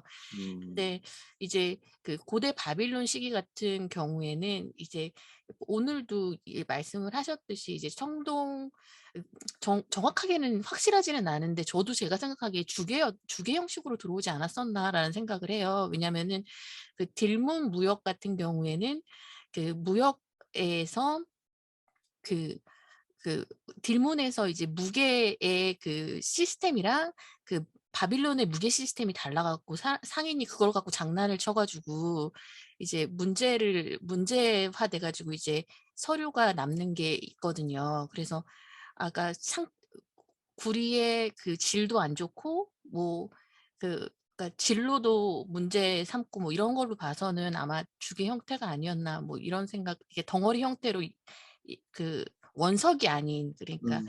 질을 문제 삼을 수 있을 만한 상태로 들어오지 않았나 뭐 그렇게 생각은 하는데, 그래서 되게 흥미로웠어요 사실은. 이렇게 음. 무게가 저는 정형화돼 있을 거다라고 생각을 했는데 오늘 발표하신 거 보니까 그 청동 주계의 무게가 이렇게 일정하지 않았다. 그러면은 이제 무게를 달아갖고 당시에 이제 사람들이 그 유통을 했다는 거여서 메소포타미아도 사실은 무게를 많이 달기는 했거든요. 음. 야, 그러니까 이게 여러 가지를 우리한테 생각해 주게 하는 지금 그런 내용인데, 그 메소포타미아 지역하고 비교하거나 그러면은 상당히 더 재밌는 여러 가지 얘기들을 할 수 있을 것 같은데, 일단 김 선생님 얘기로는 그 지금 그 원료 공급지 자체는 대체로 근거리였을 가능성이 크다라는 거잖아요, 지금. 그러니까 원거리였을까? 그러니까 아니 이제 지역에서 아니 그 우리 김정렬 선생님 그렇죠, 말씀대로, 그렇죠, 그렇죠. 예, 중국 같은 경우는, 죄송합니다. 예, 근데 죄송합니다. 이제 메소포타미아는 굉장히 예. 원료 산지는 거기서 굉장히 멀었다. 원료 산지는 멀었던 걸로. 그래서 그런 거를 놓고 이제 당시에 권력을 잡고 있었던 나라들이 전쟁을 많이 벌이는 원인이 됐던 걸로 저희는 알고 있어요. 그래서 이게 당시에 고대 바빌론 시대에는 고대 근동 나라들보다 고대 근동 나라들의 영향을 미쳤던 엘람이 훨씬 더 이제 큰 힘을 가지고 있었는데요. 정치적 권력이. 근데 그 엘람이 정치적 권력을 가졌던 근본 여러 가지 이유 중에 뭐 노동력도 있었지만 당시에 이제 청동기를 생산할 수 있는 주석을 갖다가 무역 통로를 가지고 있었기 때문에 더 이렇게 강한 권력을 가지고 있을 수 있었고, 그 다음에 이제 바빌론 시대 고대 바빌론 함무라비 왕이 이제 원래는 조그마한 나라였는데 이 나라를 이렇게 확장시키거든요. 이게 확장시키는 근본적인 계기가 엘람이 고대 근동의 이제 나라들을 침범하면서부터 이간질을 시켜갖고 그 이간질 상황 안에서 나라를 지키기 위해서 전쟁을 벌였다가 이게 나라가 커지게 된 거예요. 근데 그 엘람이 전쟁을 벌린 이유가 무역로를 갖다가 선점하기 위한 부분이었거든요. 그게 바로 이 청동기랑 주석 관련된 이제 육로를 그게 돈이 되니까. 그래서 너무 흥미롭게 사실은 들었어요. 이게 굉장히 고대 사회에서는 너무 중요한 주제잖아요, 선생님. 그래서 정말 핵심 주제 중에 주제인 거죠. 예. 지금 이제 그런 양상들은 이제 앞으로 이제 김 선생님이 연구를 더 해서 이제 많이 밝히고 할 것들이 참 많을 것 같은데, 예. 일단 내가 이제 이런 생각이 들어요. 일단 동의하는 측면, 이래서 지금 김 선생님이 오늘 지금 이제 재구성해서 얘기하는 것 중에 이런 내용 때문에 내가 서주에 대해서 알고 있었던 게 이렇게 풀리는구나 하는 것도 있고, 또 이 얘기를 듣고 또 이건 그래도 이런 의문이 남는다 하는 거, 이제 두 가지 정도로 이렇게 나눠지는 것 같은데, 일단 저기 근거지에서 가까운 데서 이제 채취를 해서 가지고 왔다는 거, 그거는 사실 이제 어느 정도 증거를 가지고 지금 유적지들이 나와서 입증이 이제 거의 된 걸로 보이는 측면이 크고, 앞으로도 또 다른 것들이 발굴이 되면은 상당히 이제 더 거기에 근접해질 것 같은 그런 생각이 들어요. 그리고 나는 이제 제일 사실 흥미로웠던 게 김 선생님이 그동안에 이제 뭐 지역 정치체 연구하고 이러면서 지역 세력들의 중요성, 역할, 독자성 이런 것들 우리 같이 이제 얘기도 많이 하고, 나도 이제 그런 관점에서 주목을 하고 김 선생님 영향도 많이 받고 그렇게 했었는데, 지금 사실 우리 김 선생님이랑 나랑도 같이 연구를 했지만 삼사성에 태국이나 북극 같은 나라들 있잖아요. 그 정도 규모의 나라들이 우리가 보기에도 거기서 나온 청동기는 다 독자적으로 만들었을 가능성이 커 보이는 것들이잖아요. 자기들이 다 공방을 가지고 있었을 개연성이 있어 보이는. 근데 태국이라는 나라 자체가 사실 그 당시 인구가 제일 많았을 때도 몇백 명이 안 되는 규모일 거예요, 아마. 그렇게 크지 않은 그런 규모일 텐데, 그런 규모 단위 하나마다 다 나름대로의 공방 같은 걸 기본적으로 갖추고 있지 않았을까. 그 안양의 구조라든지 그리고 아까 말씀하신 그 안양이 지금 포도송이처럼 그런 식으로 구성돼 있었다는 그 말씀은 사실 주원은 정말 그렇잖아요. 주원하고 안양하고 상당히 이제 흡사한 그런 양상일 거고, 그 서주의 중심지인 풍호 지역이나 성주 지역은 사실 뭐 발굴이 그렇게 많이 안 돼 있는 지역이니까 우리가 정확하게 알 수는 없지만은 그 이전까지는 굉장히 그런 양상이 강했던 것 같고, 그리고 어느 지역에서 지금 한 5군데 그렇게 이제 독자적인 공방이 발견이 됐다면은 각 족속마다 다 그런 걸 가지고 있었다는 얘기가 지금 되는 건데, 그렇다면은 거기서 국가의 역할은 과연 뭐였을지, 이제 그런 부분들이 조금 궁금해지고, 또 하나는 그 우리가 지금 보고 있는 그 청동기의 그 일종의 이제 시기마다 양식이 딱 어느 정도 우리가 구분해서 볼 수 있는 거잖아요.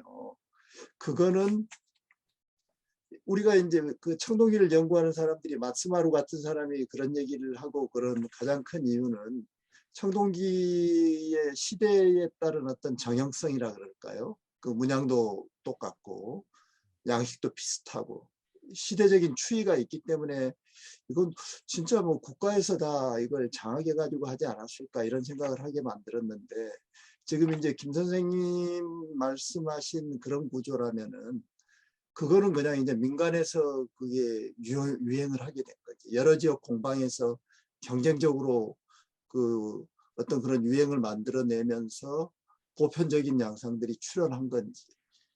그게, 그리고 그런 게 또 하나는 그 어떤 통제 없이 요즘 유행처럼 그때도 그런 게 가능했을지. 그리고 사실 우리 그 청동기를 보면은 나름대로 그 폭이 길잖아요. 그 사실 몇십 년은 되는 거잖아요.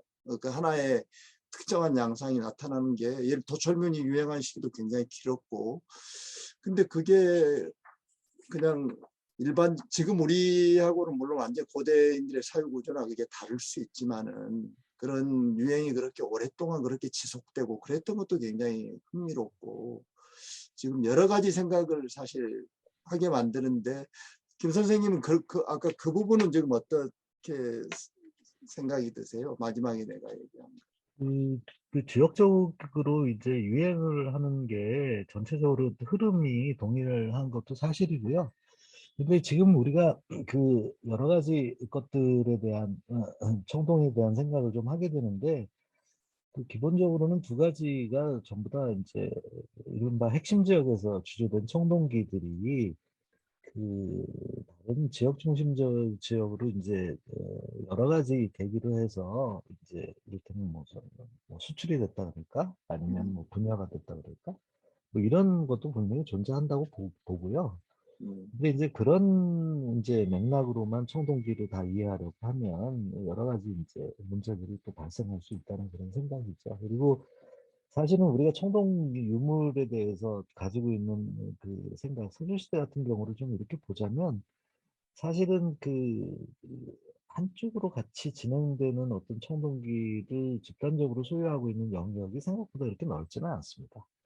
그러니까 그 지역이 이제 우리가 중국이라고 하는 것하고 중국의 뭐 상대 이러면 상대 중국이라고 하는 것을 사실은 물리적인 공간이나 이런 것을 늘 구체적으로 생각하지는 않거든요. 그다음에 넓은 범위로 막연하게 생각을 하는 경우들이 많은데, 이제 그런 것들을 조금 이제 그 나누어서 보자면 그 지역마다 지역 양식이라고 하는 것들이 그 분명히 존재하고 있고, 그리고 또 한편으로는 그 핵심 지역에서과 공유되는 양식도 존재하고 있고, 이런 것들이 혼재되는 양상을 늘 관찰할 수가 있거든요. 그러니까 그런 점에서 본다면 두 가지 방식들을, 그러니까 국가 핵심 지역에서 주된 청동기들의 그 유통이라든지 이런 것들 분명히 상정을 해봐야 될 수 있다고 보는 거죠. 그런데 이제 한 가지 해결을 해야 될 문제는 그 청동기의 유통이라고 하는 게 국가 권력이라고 하는 우리가 얘기하는 그런 것에 의해서 이루어졌다고 얘기를 해야 될지, 아니면 지금 말씀드린 것처럼 이 핵심 지역에 존재하고 있는 여러 가지의 어떤 그 하위 조직체나 그럴까요? 뭐 이런 것들 사이에서도 빈번하게 이루어졌을지 이런 건 또 이제 한번 생각을 해봐야 될 문제가 아닐까 하는 그런 생각이 듭니다. 음, 그러니까 그 역할을 지금 이제 좀 더 이제 분석적으로 좀 구체적인 사례를 들어서 좀 설명을 하면 더 좋지 않을까 하는 생각이 들고, 제가 이제 뭐 주로 서주시대 쪽을 이렇게 하다 보니까 그 진남 지역 같은 경우에는 대단히 이제 일체성이 강하게 느껴지는데, 그 지역을 제외하고 이제 우리 요새 많이 관심 가지고 있는 호북 지역만 일단 가더라도 상당한 정도, 하남성 남부 지역이나 호북만 가더라도 상당한 지역적인 갭이나 편차들 이런 것들이 느껴지더라고요. 그래서 그런 것들도 좀 아울러서 고려를 해봐야 되지 않을까. 그러니까 핵심 지역과 지역 중심 사이에 어떤 여러 가지 유통망이라고 하는 걸 상정을 해봐야 될 필요가 있는데, 그랬을 때 그걸 이제 핵심 지역이라고 얘기하면 그걸 곧 국가라고 이렇게 논단하는 거, 그런 것이 실제로 얼마나 그 타당한지 이 문제는 좀 검증을 해봐야 되는 문제가 아닐까 하는 그런 생각이 든다는 거고요. 그랬을 때 이제 제 생각으로는 각각의 지역 중심과 어떤 핵심 지역의 다양한 어떤 집단들 사이에서의 어떤 상호 관계 이런 것들도 좀 고려해야 되지 않을까. 그런 부분에 대한 비중을 좀 평가를 해야 되지 않을까 하는 생각이 든다는 게 제 그런 생각입니다. 또 다른 분들 혹시 궁금한 질문 있으면 좀 하셔도 될 것 같습니다.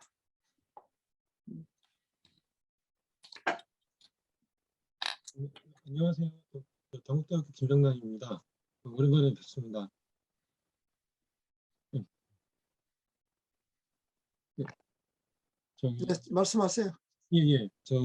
오늘 강연 이렇게 들으면서, 어, 제가 고정관념처럼 가지고 있었던 생각이, 그 청동기는 일단, 뭐랄까요, 그러니까 중원의 천자만이 만들 수 있었고, 그 다음에 그 천자가 만든 청동기를 받을 수 있는 사람도 상당히 한정돼 있었다라고 생각을 해서 청동기 그 자체를 굉장히 좀 뭐랄까요, 뭐 권위를 가진 물건 내지는 굉장히 희귀자원 이렇게 생각을 했었는데, 오늘 김정열 선생님이 그 강연을 듣고 나니까 이 생산 주체도 생각보다 좀 다양하고, 그 다음에 그 청동 원료 자체를 입수하는 것도 생각보다 이렇게 어렵지 않다라는 느낌이 들더라고요. 그렇게 된다면 이 청동기가 갖고 있는 권위라고 해야 될까요? 이런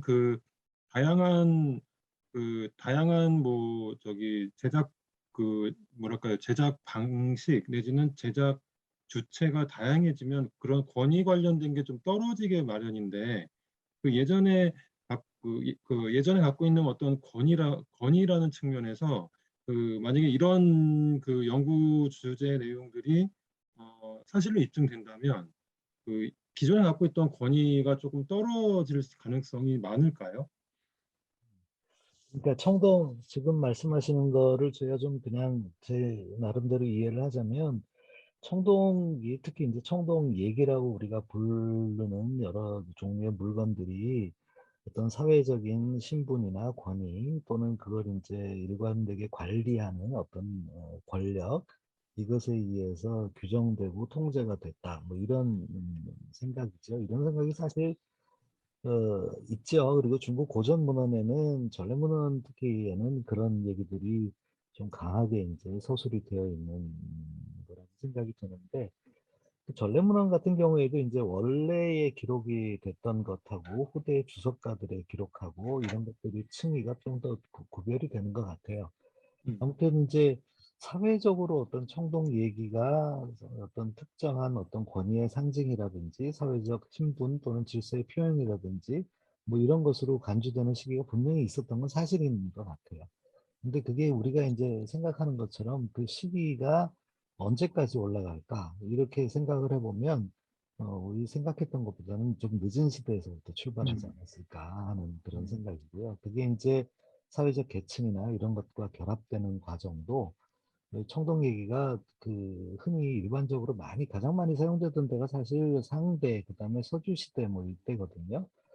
이때의 대부분의 시기에는 그렇지 않았을 가능성이 있다. 뭐 이런 생각을 가지고 있는 겁니다. 그리고 후대문헌도 그게 이제 권위의 상징이라고 이제 규정화되는 것은 시대가 지나면 지날수록 더 분명하게 이제 해석되는 방식이거든요. 그러니까 거기에 본질적으로 의미를 부여하는 것은 오히려 후대인들의 관념들이 시간이 지나면서 좀 더 강하게 투영된 바가 있지 않았을까.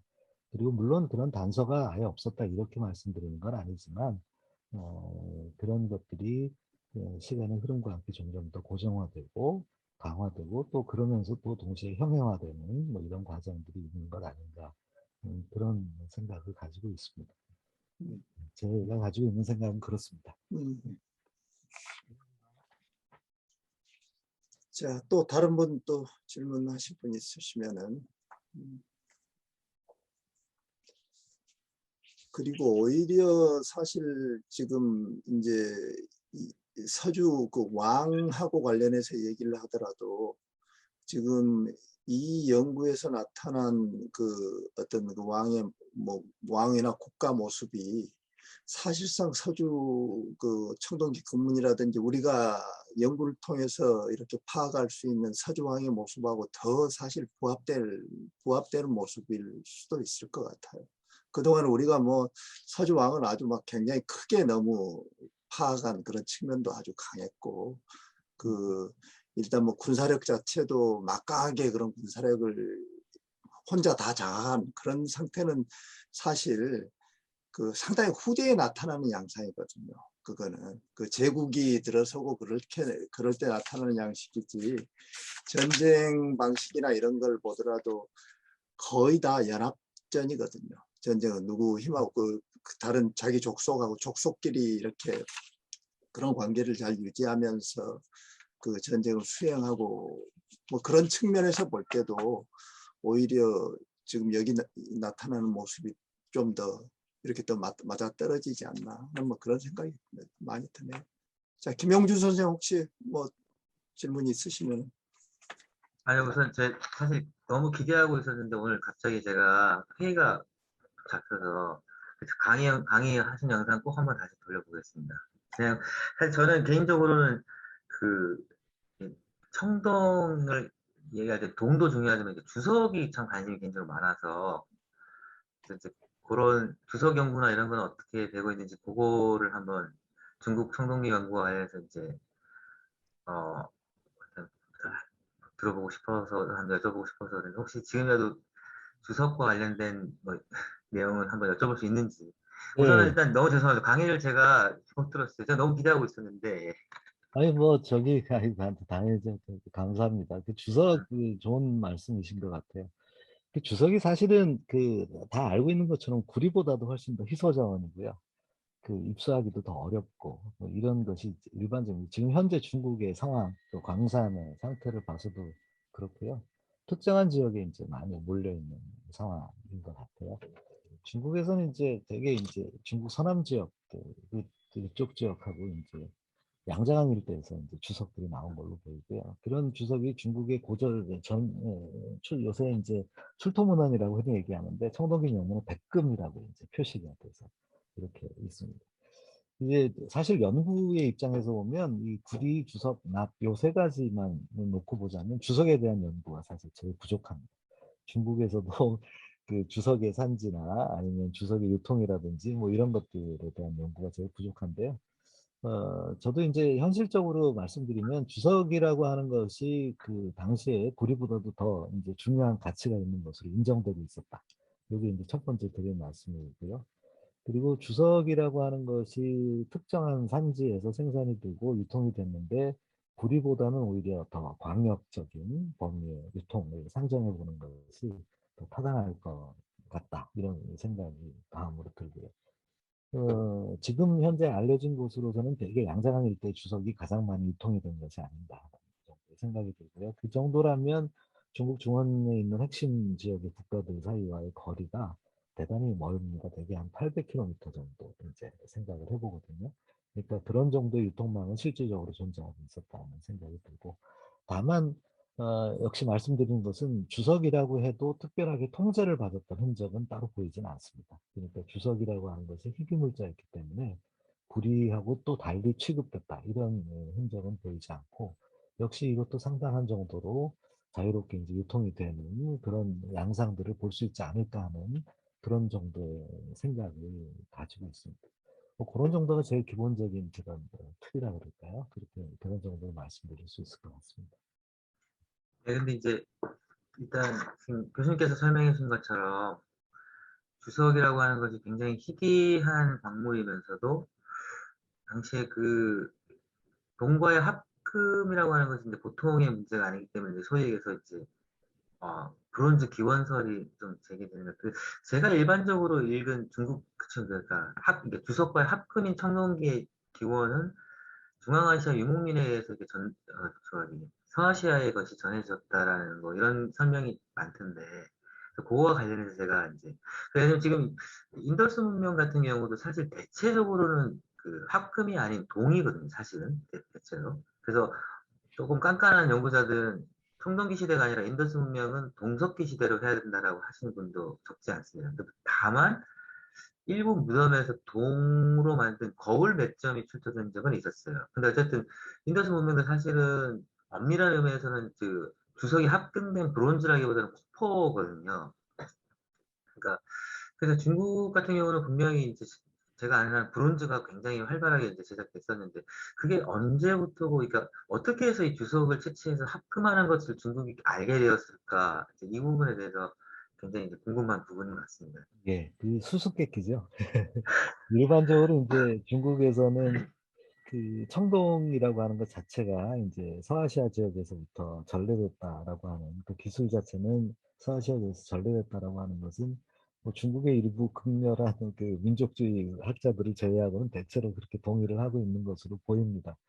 그런데 이제 그거를 얘기할 때 제일 이제 이쪽에 아까 말씀드린 조금 이제 중국의 입장을 강조하는 학자들의 주장 가운데 하나가 뭐냐면 중국에서 초기부터 이제 청동이 사용됐다. 그러니까 이거는 이제 서아시아의 경우하고는 상당히 다르다. 이를테면 서아시아의 경우에는 이른바 홍동이라고 지금 말씀하신 동, 네, 단계, 그 다음에 이제 비소동, 뭐 이렇게 비소하고 합금하는 에서 만든 비소동의 단계를 거치면서 발전이 되었는데도 반해서 중국은 사실 일찍부터 청동이라고 하는 게 본격적으로 사용됐다. 이게 양자의 극명한 차이다. 뭐 이렇게 설명을 하고 있는 게 사실인 것 같아요. 근데 약간 그 사이 문제는 좀 있습니다. 뭐냐면 첫 번째는 이 중국의 청동기가 제일 처음 중국의 동이라고 하는 것이 처음 나오는 시기는 사실 청동학금이 나온 것보다 아주 늦어도 1000년 이상 앞섭니다. 그러니까 1000년 정도 사이의 기간이 상당한 정도의 공백으로 남겨져 있다는 그런 얘기고요. 두 번째는 그 시기에 이를테면 중앙아시아 쪽이나 아니면 서아시아와의 어떤 교류 또는 중국에서의 그 자체적인 기술의 발전 과정 이것을 설명하기 위해서 중요하게 취급돼야 될 유적이 이를테면 중국의 신강 지역, 그 다음에 내몽골, 이를테면 몽골 고원 일대 지역 이쪽 지역의 자료들이 좀 필요할 텐데 사실은 그 부분의 자료들이 사실 상당히 부족한 상황이거든요. 그래서 그런 부분에 현실적인 자료의 공백이 있어서 지금 현재 그 문제에 대해서는 뭐라고 단언하기는 좀 어렵지만 전체적인 맥락에서 보면 첫 번째는 이제 한 1000년 정도의 공백 기간을 중국화되는 과정을 좀 생각을 해봐야 될 것 같고 그런 과정 속에서 사실 그 서아시아나 중앙아시아 지역에서 그렇다고 해서 청동이 사용되지 않은 건 아니거든요. 청동기들이 발견이 되는데 사실 비중이 좀 적죠. 근데 그 청동을 제작하는 기술이 중국에 도입돼서 그쪽 부분이 특히 강조가 되고 발달이 된 것이 어떤 사회적인 이유가 있을까? 또는 기술적인 이유라든지 아니면은 자연 환경과의 어떤 특성한 관계가 어떤 것이 있을까? 이런 문제들을 사실 하나하나씩 좀 따져봐야 될 그런 과제를 지금 현재 안고 있다고 그렇게 얘기를 할 수 있습니다. 다만 중국에서 기원전 2000년경을 전후해서 이제 동기가 급격히 늘어나면서 발전한 것이 동용기를 중심으로 발전을 하게 되고 이 동용기를 만드는 과정 속에서 주석이나 납이라고 하는 것에 합금이라고 하는 것이 대단히 정교하게 고안되기 시작했다는 것은 분명한 사실입니다. 그리고 그 배경이나 과정에 대해서는 좀 더 아직 연구가 좀 있어야 되는 거 아닌가 그런 상대적인 공백이 보인다. 이런 정도로 설명을 드릴 수밖에 없는 그런 현재 상황입니다.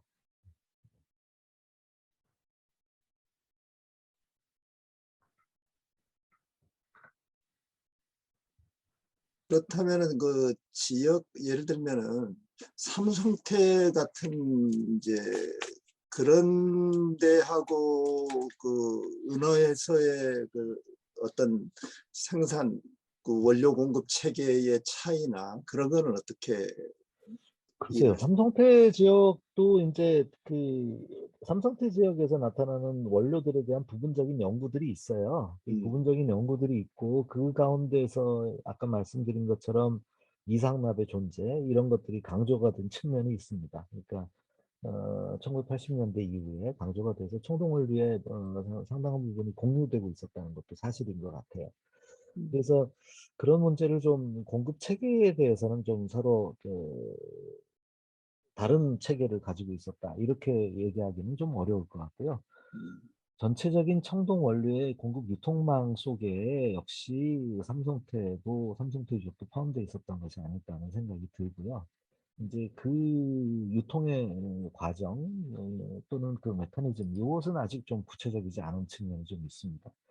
그렇지만 양식적으로 보면 삼성태 동기하고 중원의 핵심 지역의 동기하고 완전히 서로 다르잖아요. 그 다름에도 불구하고 거기에서 공통적으로 사용되는 것이 그전에는 이 자료들이 사천성 남쪽에서 왔기 때문에 당연히 그렇게 됐을 것이다라고 생각을 했지만 그게 이전의 방식이라면 그런 건 말고 다른 방식도 생각을 해봐야 되지 않을까. 사실은 여러 가지 얘기가 있었음에도 불구하고 삼성태를 포함한 인근 지역, 즉 사천성 남부 지역 일대하고 운남성 일대의 동광 유적이 아직 조사된 바가 없습니다.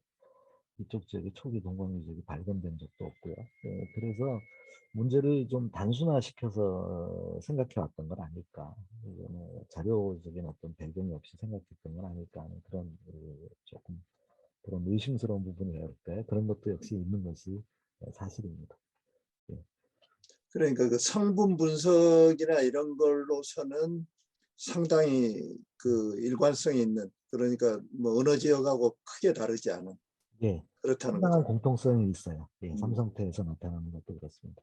양자광이 삼성태도 예, 그리고 저기 뭐 저기 저 신감도 마찬가지고 뭐 대체로다. 신강 지역 데이터는 아직 잘 많이 나와 있지는 않고요. 주로 이제 나온 게 삼성태를 비롯해서 양자강 일대 자료, 그다음에 중원 일대 자료, 그리고 그다음에 동북지방의 자료들도 약간씩 포함이 되어 있습니다. 동북지방은 약간 청동 원료의 측면에서는 조금 다른 계통에 속한다고 일반적으로 생각이 되고요. 그건 아마도 몽골이나 아니면 요명성 일대 지역의 광산이라고 생각하는 게 더 좋을 것 같습니다. 아니면 요동반도까지도 같이 포함해서 생각하는 연구자들도 있습니다. 그러니까 하지만 그 지역을 제외하고는 상당히 넓은 분야에 걸쳐서 유사한 종류의 청동 원료들이 사용되고 있다는 건 사실인 것으로 보입니다. 참 상당히 그 하여튼 재밌는 내용인데 그 재밌으면서도 또 이렇게 더 이상 깊이 뭘 할 수 없는 아쉬움, 답답함도 또 같이 있네요. 이 연구라는 게 물론 다 그런 거지만은 그러면서 이제 하나하나 앞으로 이제 해 나가는 거지만은 앞으로 또 어떤 자료가 어떻게 또 나올지 모르니까. 예, 뭐 고고학이라고 하는 게 사실 뭐 그런 측면이 사실 강하죠. 유적 인물이 출토되는 거에 따라서 얘기들이 많이 바뀔 수 있습니다. 근데 이제 이런 과정을 통해서 이제 다양한 가능성을 좀 모색해 볼 수 있고 향후에 또 주목해 봐야 될 어떤 대상이라 그럴까? 아니면 우리가 연구 초점을 어디에다가 만약 내가 중국에서 이 연구를 직접 할 수 있다면 어떤 쪽을 좀 건드려 볼까? 뭐 이런 생각들도 하게 되는 건 사실이잖아요.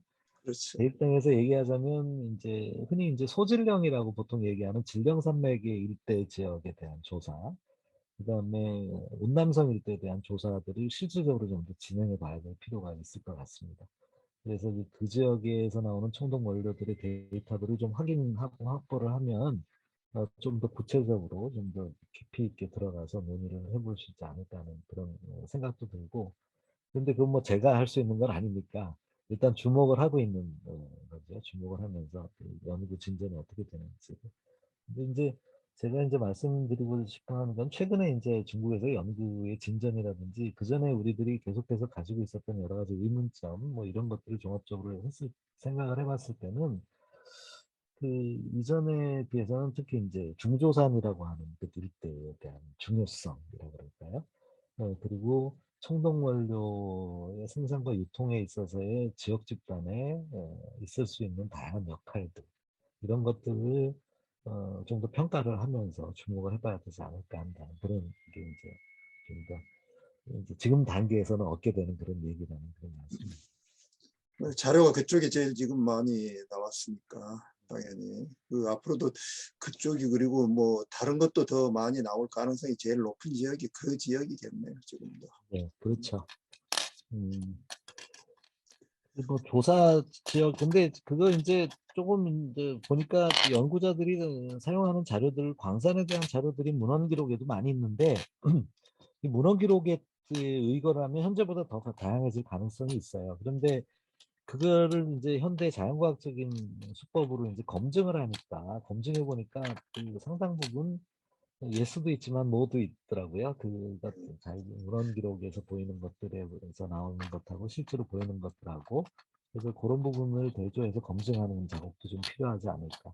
이를테면 중조선 같은 경우에는 예전에 문헌 기록에는 전국시대나 한대에서부터 문헌 기록이 많이 있는데 그전에는 자료들이 없기 때문에 유보적인 입장이었었거든요. 그런데 지금은 이제 유보적인 입장에서 선회하게 됐잖아요.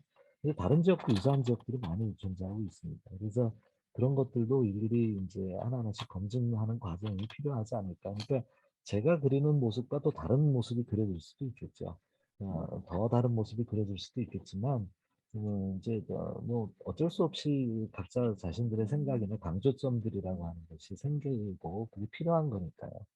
그런 점에서 본다고 하면 이전에 있었던 그런 사고 방식들이나 중국에서 현재 점점 이제 통용되고 있는 사고 방식에 약간의 뭐라 그럴까요, 재고라 그럴까 아니면 브레이크라 그럴까 이런 게 필요하다는 제 생각이고 뭐 그런 것들을 이 글에서는 좀 더 중점적으로 다뤘다고 이렇게 말씀드리는 게 좋지 않을까 싶습니다.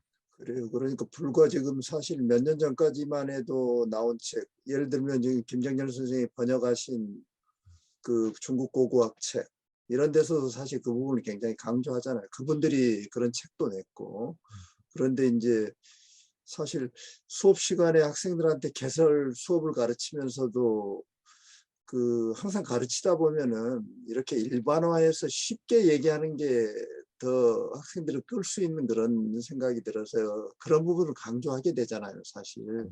그 청동기하고 국가 성립 문제 같은 부분. 근데 그런 부분도 이제 상당히 조심스럽게 접근해야 되고 오히려 그게 더 그 굳이 따지자면은 진면목에 가깝지 않을까. 고대 국가를 우리가 너무 과대평가하는 그런 그 고대 국가 그 어떤 그 왕의 권력이라든지 그들이 가지고 있던 군사력 이런 것들을 너무 그동안 그러지 않았나는.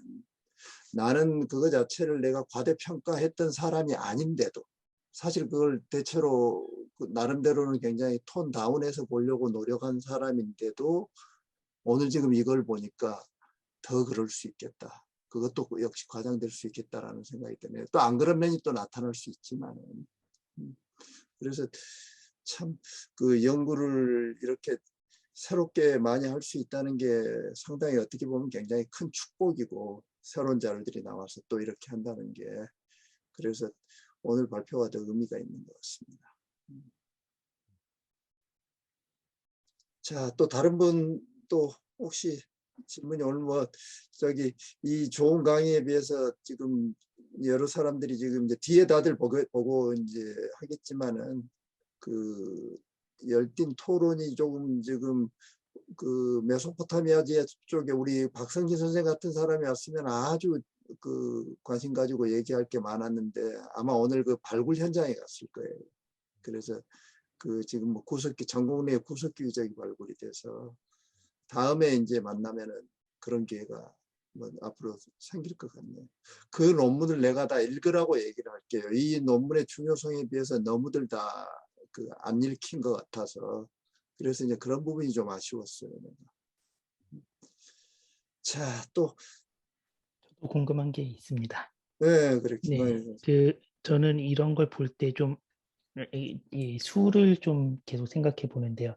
고고학에서도 되게 조심스럽게 해야 되지만 어떤 유적지의 그 상주했던 인구나 아니면 어떤 뭐 성이나 뭘 쌓을 때 그 축성했던 연 인원들의 추산하는 식을 나름 이렇게 세우거나 그렇게 계산을 하잖아요. 그러면 청동기도 굉장히 이게 좀 드문드문 발견되기도 하고 뭐 그렇지만 어떤 사람이 청동기를 이렇게 소비했는지 그런 보통 묘에서 발굴되는 것도 있고 하니까 대략의 이 기간에는 청동기 평균적으로 1년에 예를 들면 청동기 무게로 따졌을 때 어느 정도는 소비가 됐다.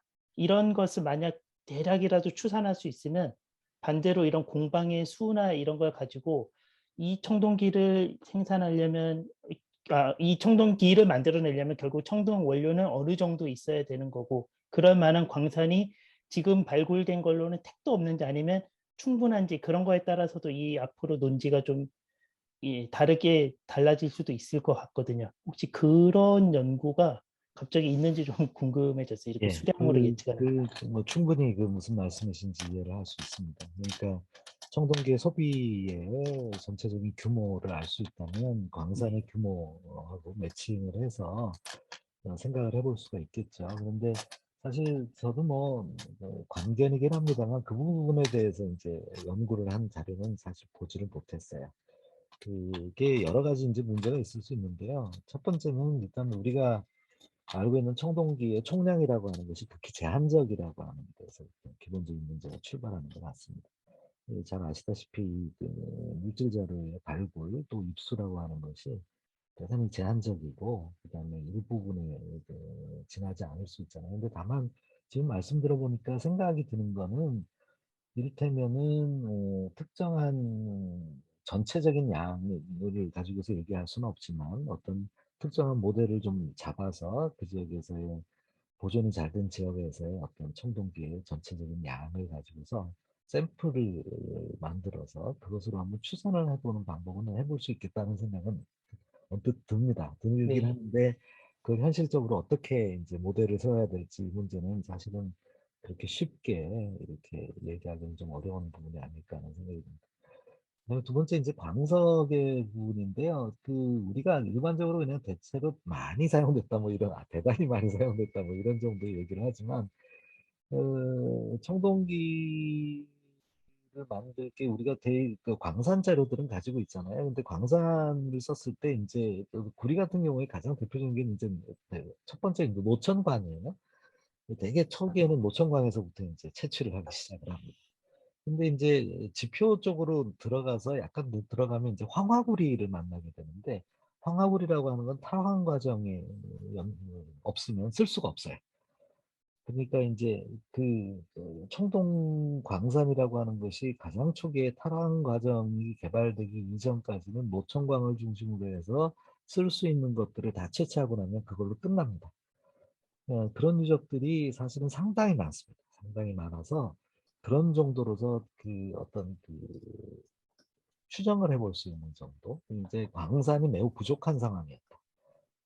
그런 정도의 것 정도는 추정해 볼 수 있지 않을까 하는 생각이 듭니다. 여유 있는 상황은 아니었다는 거죠.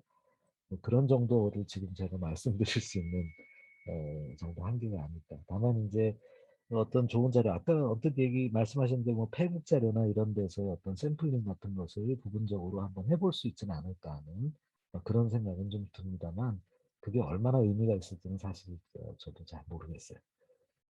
좀 생각을 해봐야 되지 않을까 하는 생각이 듭니다. 네. 그런 정도밖에 말씀을 못 드리겠네요. 선생님. 네, 예, 고맙습니다. 예, 예. 감사합니다.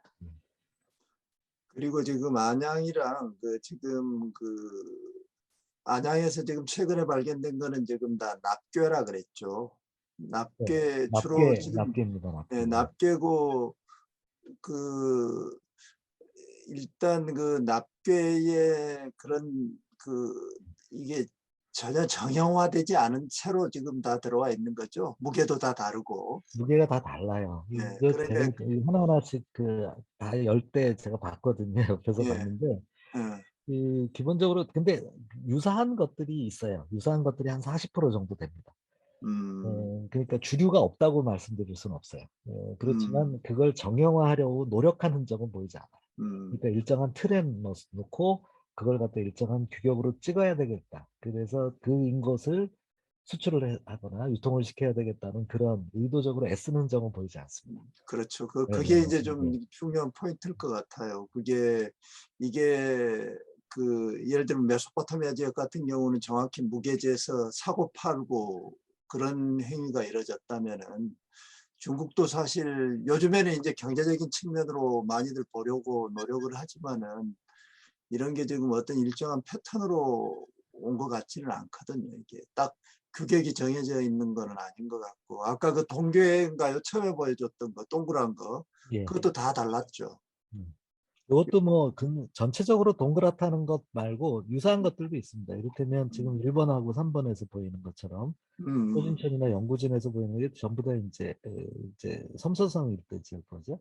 유사한 것들도 있지만 이거는 이제 동록성 일대 쪽에서 보이는 거거든요. 형태가 많이 다르죠. 그리고 요 아래에서 보이는 것들도 역시 주원 일대에서 나온 것들이지만 이것도 형태들이 좀 다릅니다. 그리고 2번하고 7번은 여기 이제 두 개는 섭가산에서 나온 건데 이것도 서로 이제 형태가 좀 다르죠. 그래서 이제 어느 정도로 각 지역마다 그 인곳을 만들 때 어떤 정도의 틀을 사용하는 것, 이런 것들은 이제 틀을 사용했다고 우리가 보게 되는 거예요. 틀을 사용한 곳들도 있고, 그렇지만 그 틀들이 일정하지는 않았던 것으로 보이고요.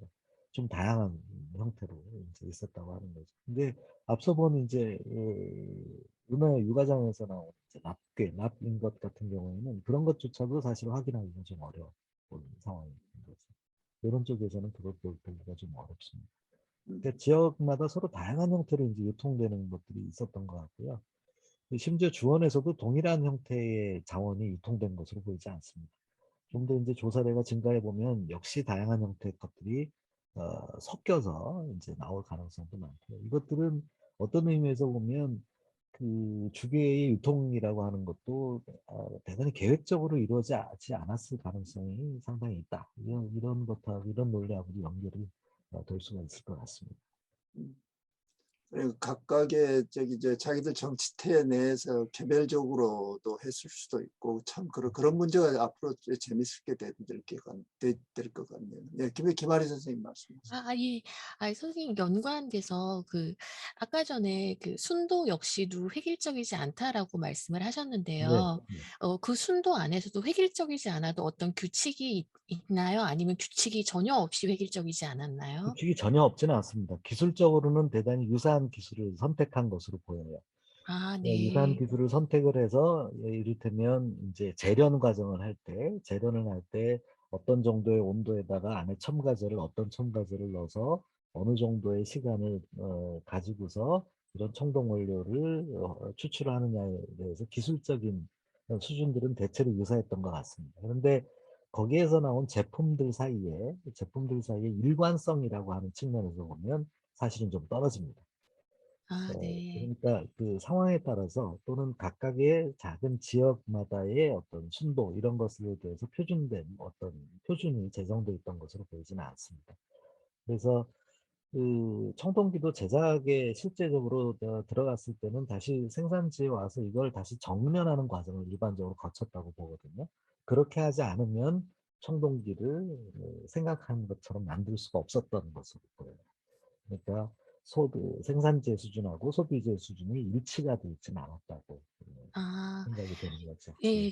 내부에서 만들어졌다고 하더라도 순도가 동일하지 않으면 구매할 때의 가격도 분명히 달랐을 것 같거든요. 근데 이제 구매자가 어떤 순도의 기준이 있었다면 금액을 지불했을 때 훨씬 더 아쉽게 그것에 대해서 진짜 확인할 수 없는 게 네. 현실입니다. 그러니까 이를테면 거기에 대해서 어떤 자료들이 이제 잘 예. 보이지 않고 그러면 희한하게 중국이 세계적으로 봤을 때도 이 청동 생산이라고 하는 것이 대규모로 이루어진 지역인 것은 분명하거든요.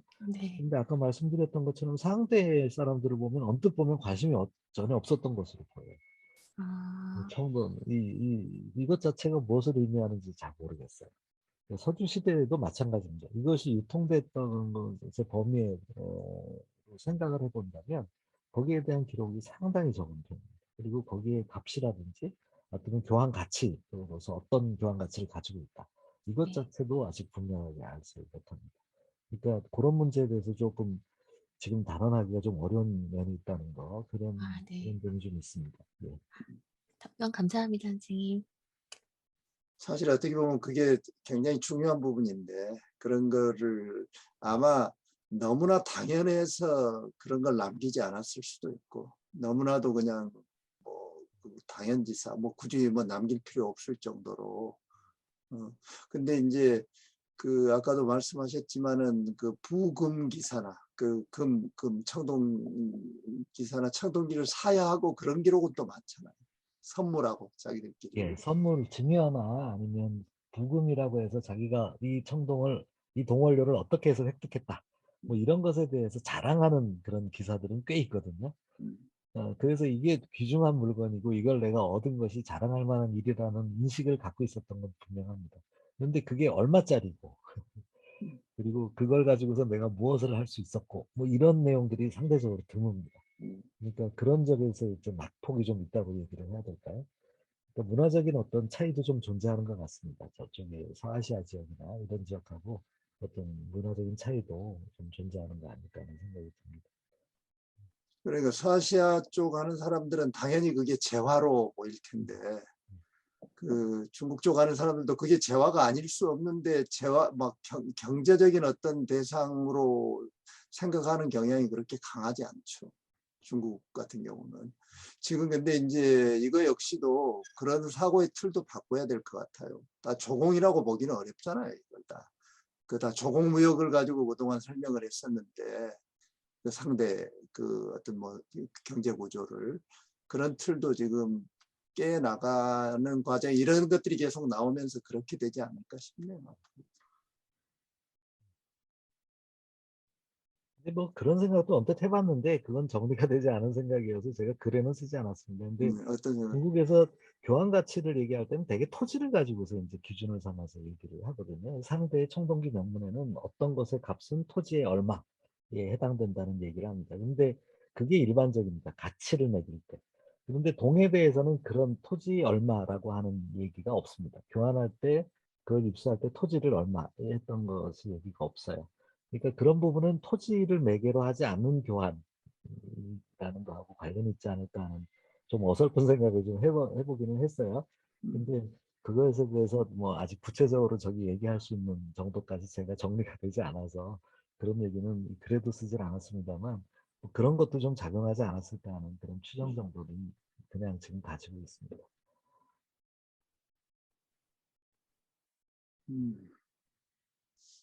자, 질문이 더 이상 없으면은 조금 아쉬운 부분이 있지만은 오늘 김 선생님 그래도 지금 1시간 발표하고 지금 1시간여 또 가까이 이렇게 토론을 열심히 또 참여해 주셨는데 뭐 이 정도로 그냥 오늘 종료하는 걸로 하죠. 예. 네. 뭐 그래, 궁금한 점 있으시면 언제든지 저한테 말씀 주시면 제가 뭐 가지고 있는 자료도 같이 보고요. 의논을 좀 해보면 좋겠어요. 여러 쪽에 그러니까 있는 오늘 사람들이 의논을 좀 해보면 네. 뭐 재밌는 얘기들을 이렇게 더 많이 스토리들을 만들어 좀 볼 수 있지 않을까 하는 생각도 들거든요. 그래서 뭐 지금 제가 얘기한 건 제 입장을 조금 강조하는 측면에서 쓰인 글인 거고요. 논문이라는 게 사실 그렇지 않습니다. 근데 사실 다른 여러 측면들이 얼마든지 존재할 수 있죠. 그러니까 그런 것들을 좀 다양하게 의견 교환을 통해서 서로 교통할 수 있으면 좀 더 풍성한 얘기들을 만들 수 있지 않을까 하는 그런 생각이. 저도 뭐 그 가운데 조금 보탬이 됐으면 하는 생각이고요. 그런 정도입니다. 예. 그러니까 지금 그 이제 이쪽을 연구하는 사람 입장에서 그동안 기존의 그 상당히 다른 굉장히 중요한 얘기를 하면서도 굉장히 지금 신중하게 얘기를 하고 있는 거예요. 자료가 거기까지만 지금 그 허용을 하니까. 그래서 앞으로 그런 김 선생님이랑 이제 또 우리 다른 후학들도 그렇고 이런 걸 통해서 연구 프레임이나 이런 게 점점 좀 더 바뀌어 나가지 않을까. 어떤 새로운 프레임 전환을 하는 굉장히 중요한 계기가 될 수 있는 앞으로 그 연구가 될 수 있을 것 같다는 생각이 들어요. 그러니까 사실 쉽지 않죠. 자료를 또 막 그 없는 자료 모아서 해야 되니까 쉽지 않은데 앞으로 이제 또 어떤 자료 또 새롭게 찾아서 더 좋은 연구할 수 있게 그렇게 기대하겠습니다. 그래요. 네, 오늘 감사합니다. 네, 감사합니다. 저 그래요. 초대해 주셔서 감사하고요. 다음에 또 재밌는 얘기 있으면 또 한번. 그래, 그때 이제 더 재밌는 얘기로 또 한번 와주십시오. 예, 예, 그래요? 감사합니다. 예, 예. 감사합니다. 여기서 네. 이렇게 마치도록 하겠습니다. 그러면은 네. 이번은 네, 다들 수고하셨습니다. 네, 맞습니다. 알겠습니다. 그럼 나중에 또 뵐게요. 선생님. 그래요, 그래, 필요한 일 있으면 또 연락 주십시오. 그래요, 그럴게요. 예, 예, 예, 예. 감사합니다. 감사합니다. 예, 고마워요, 들어주셔서 감사합니다. 오늘. 예.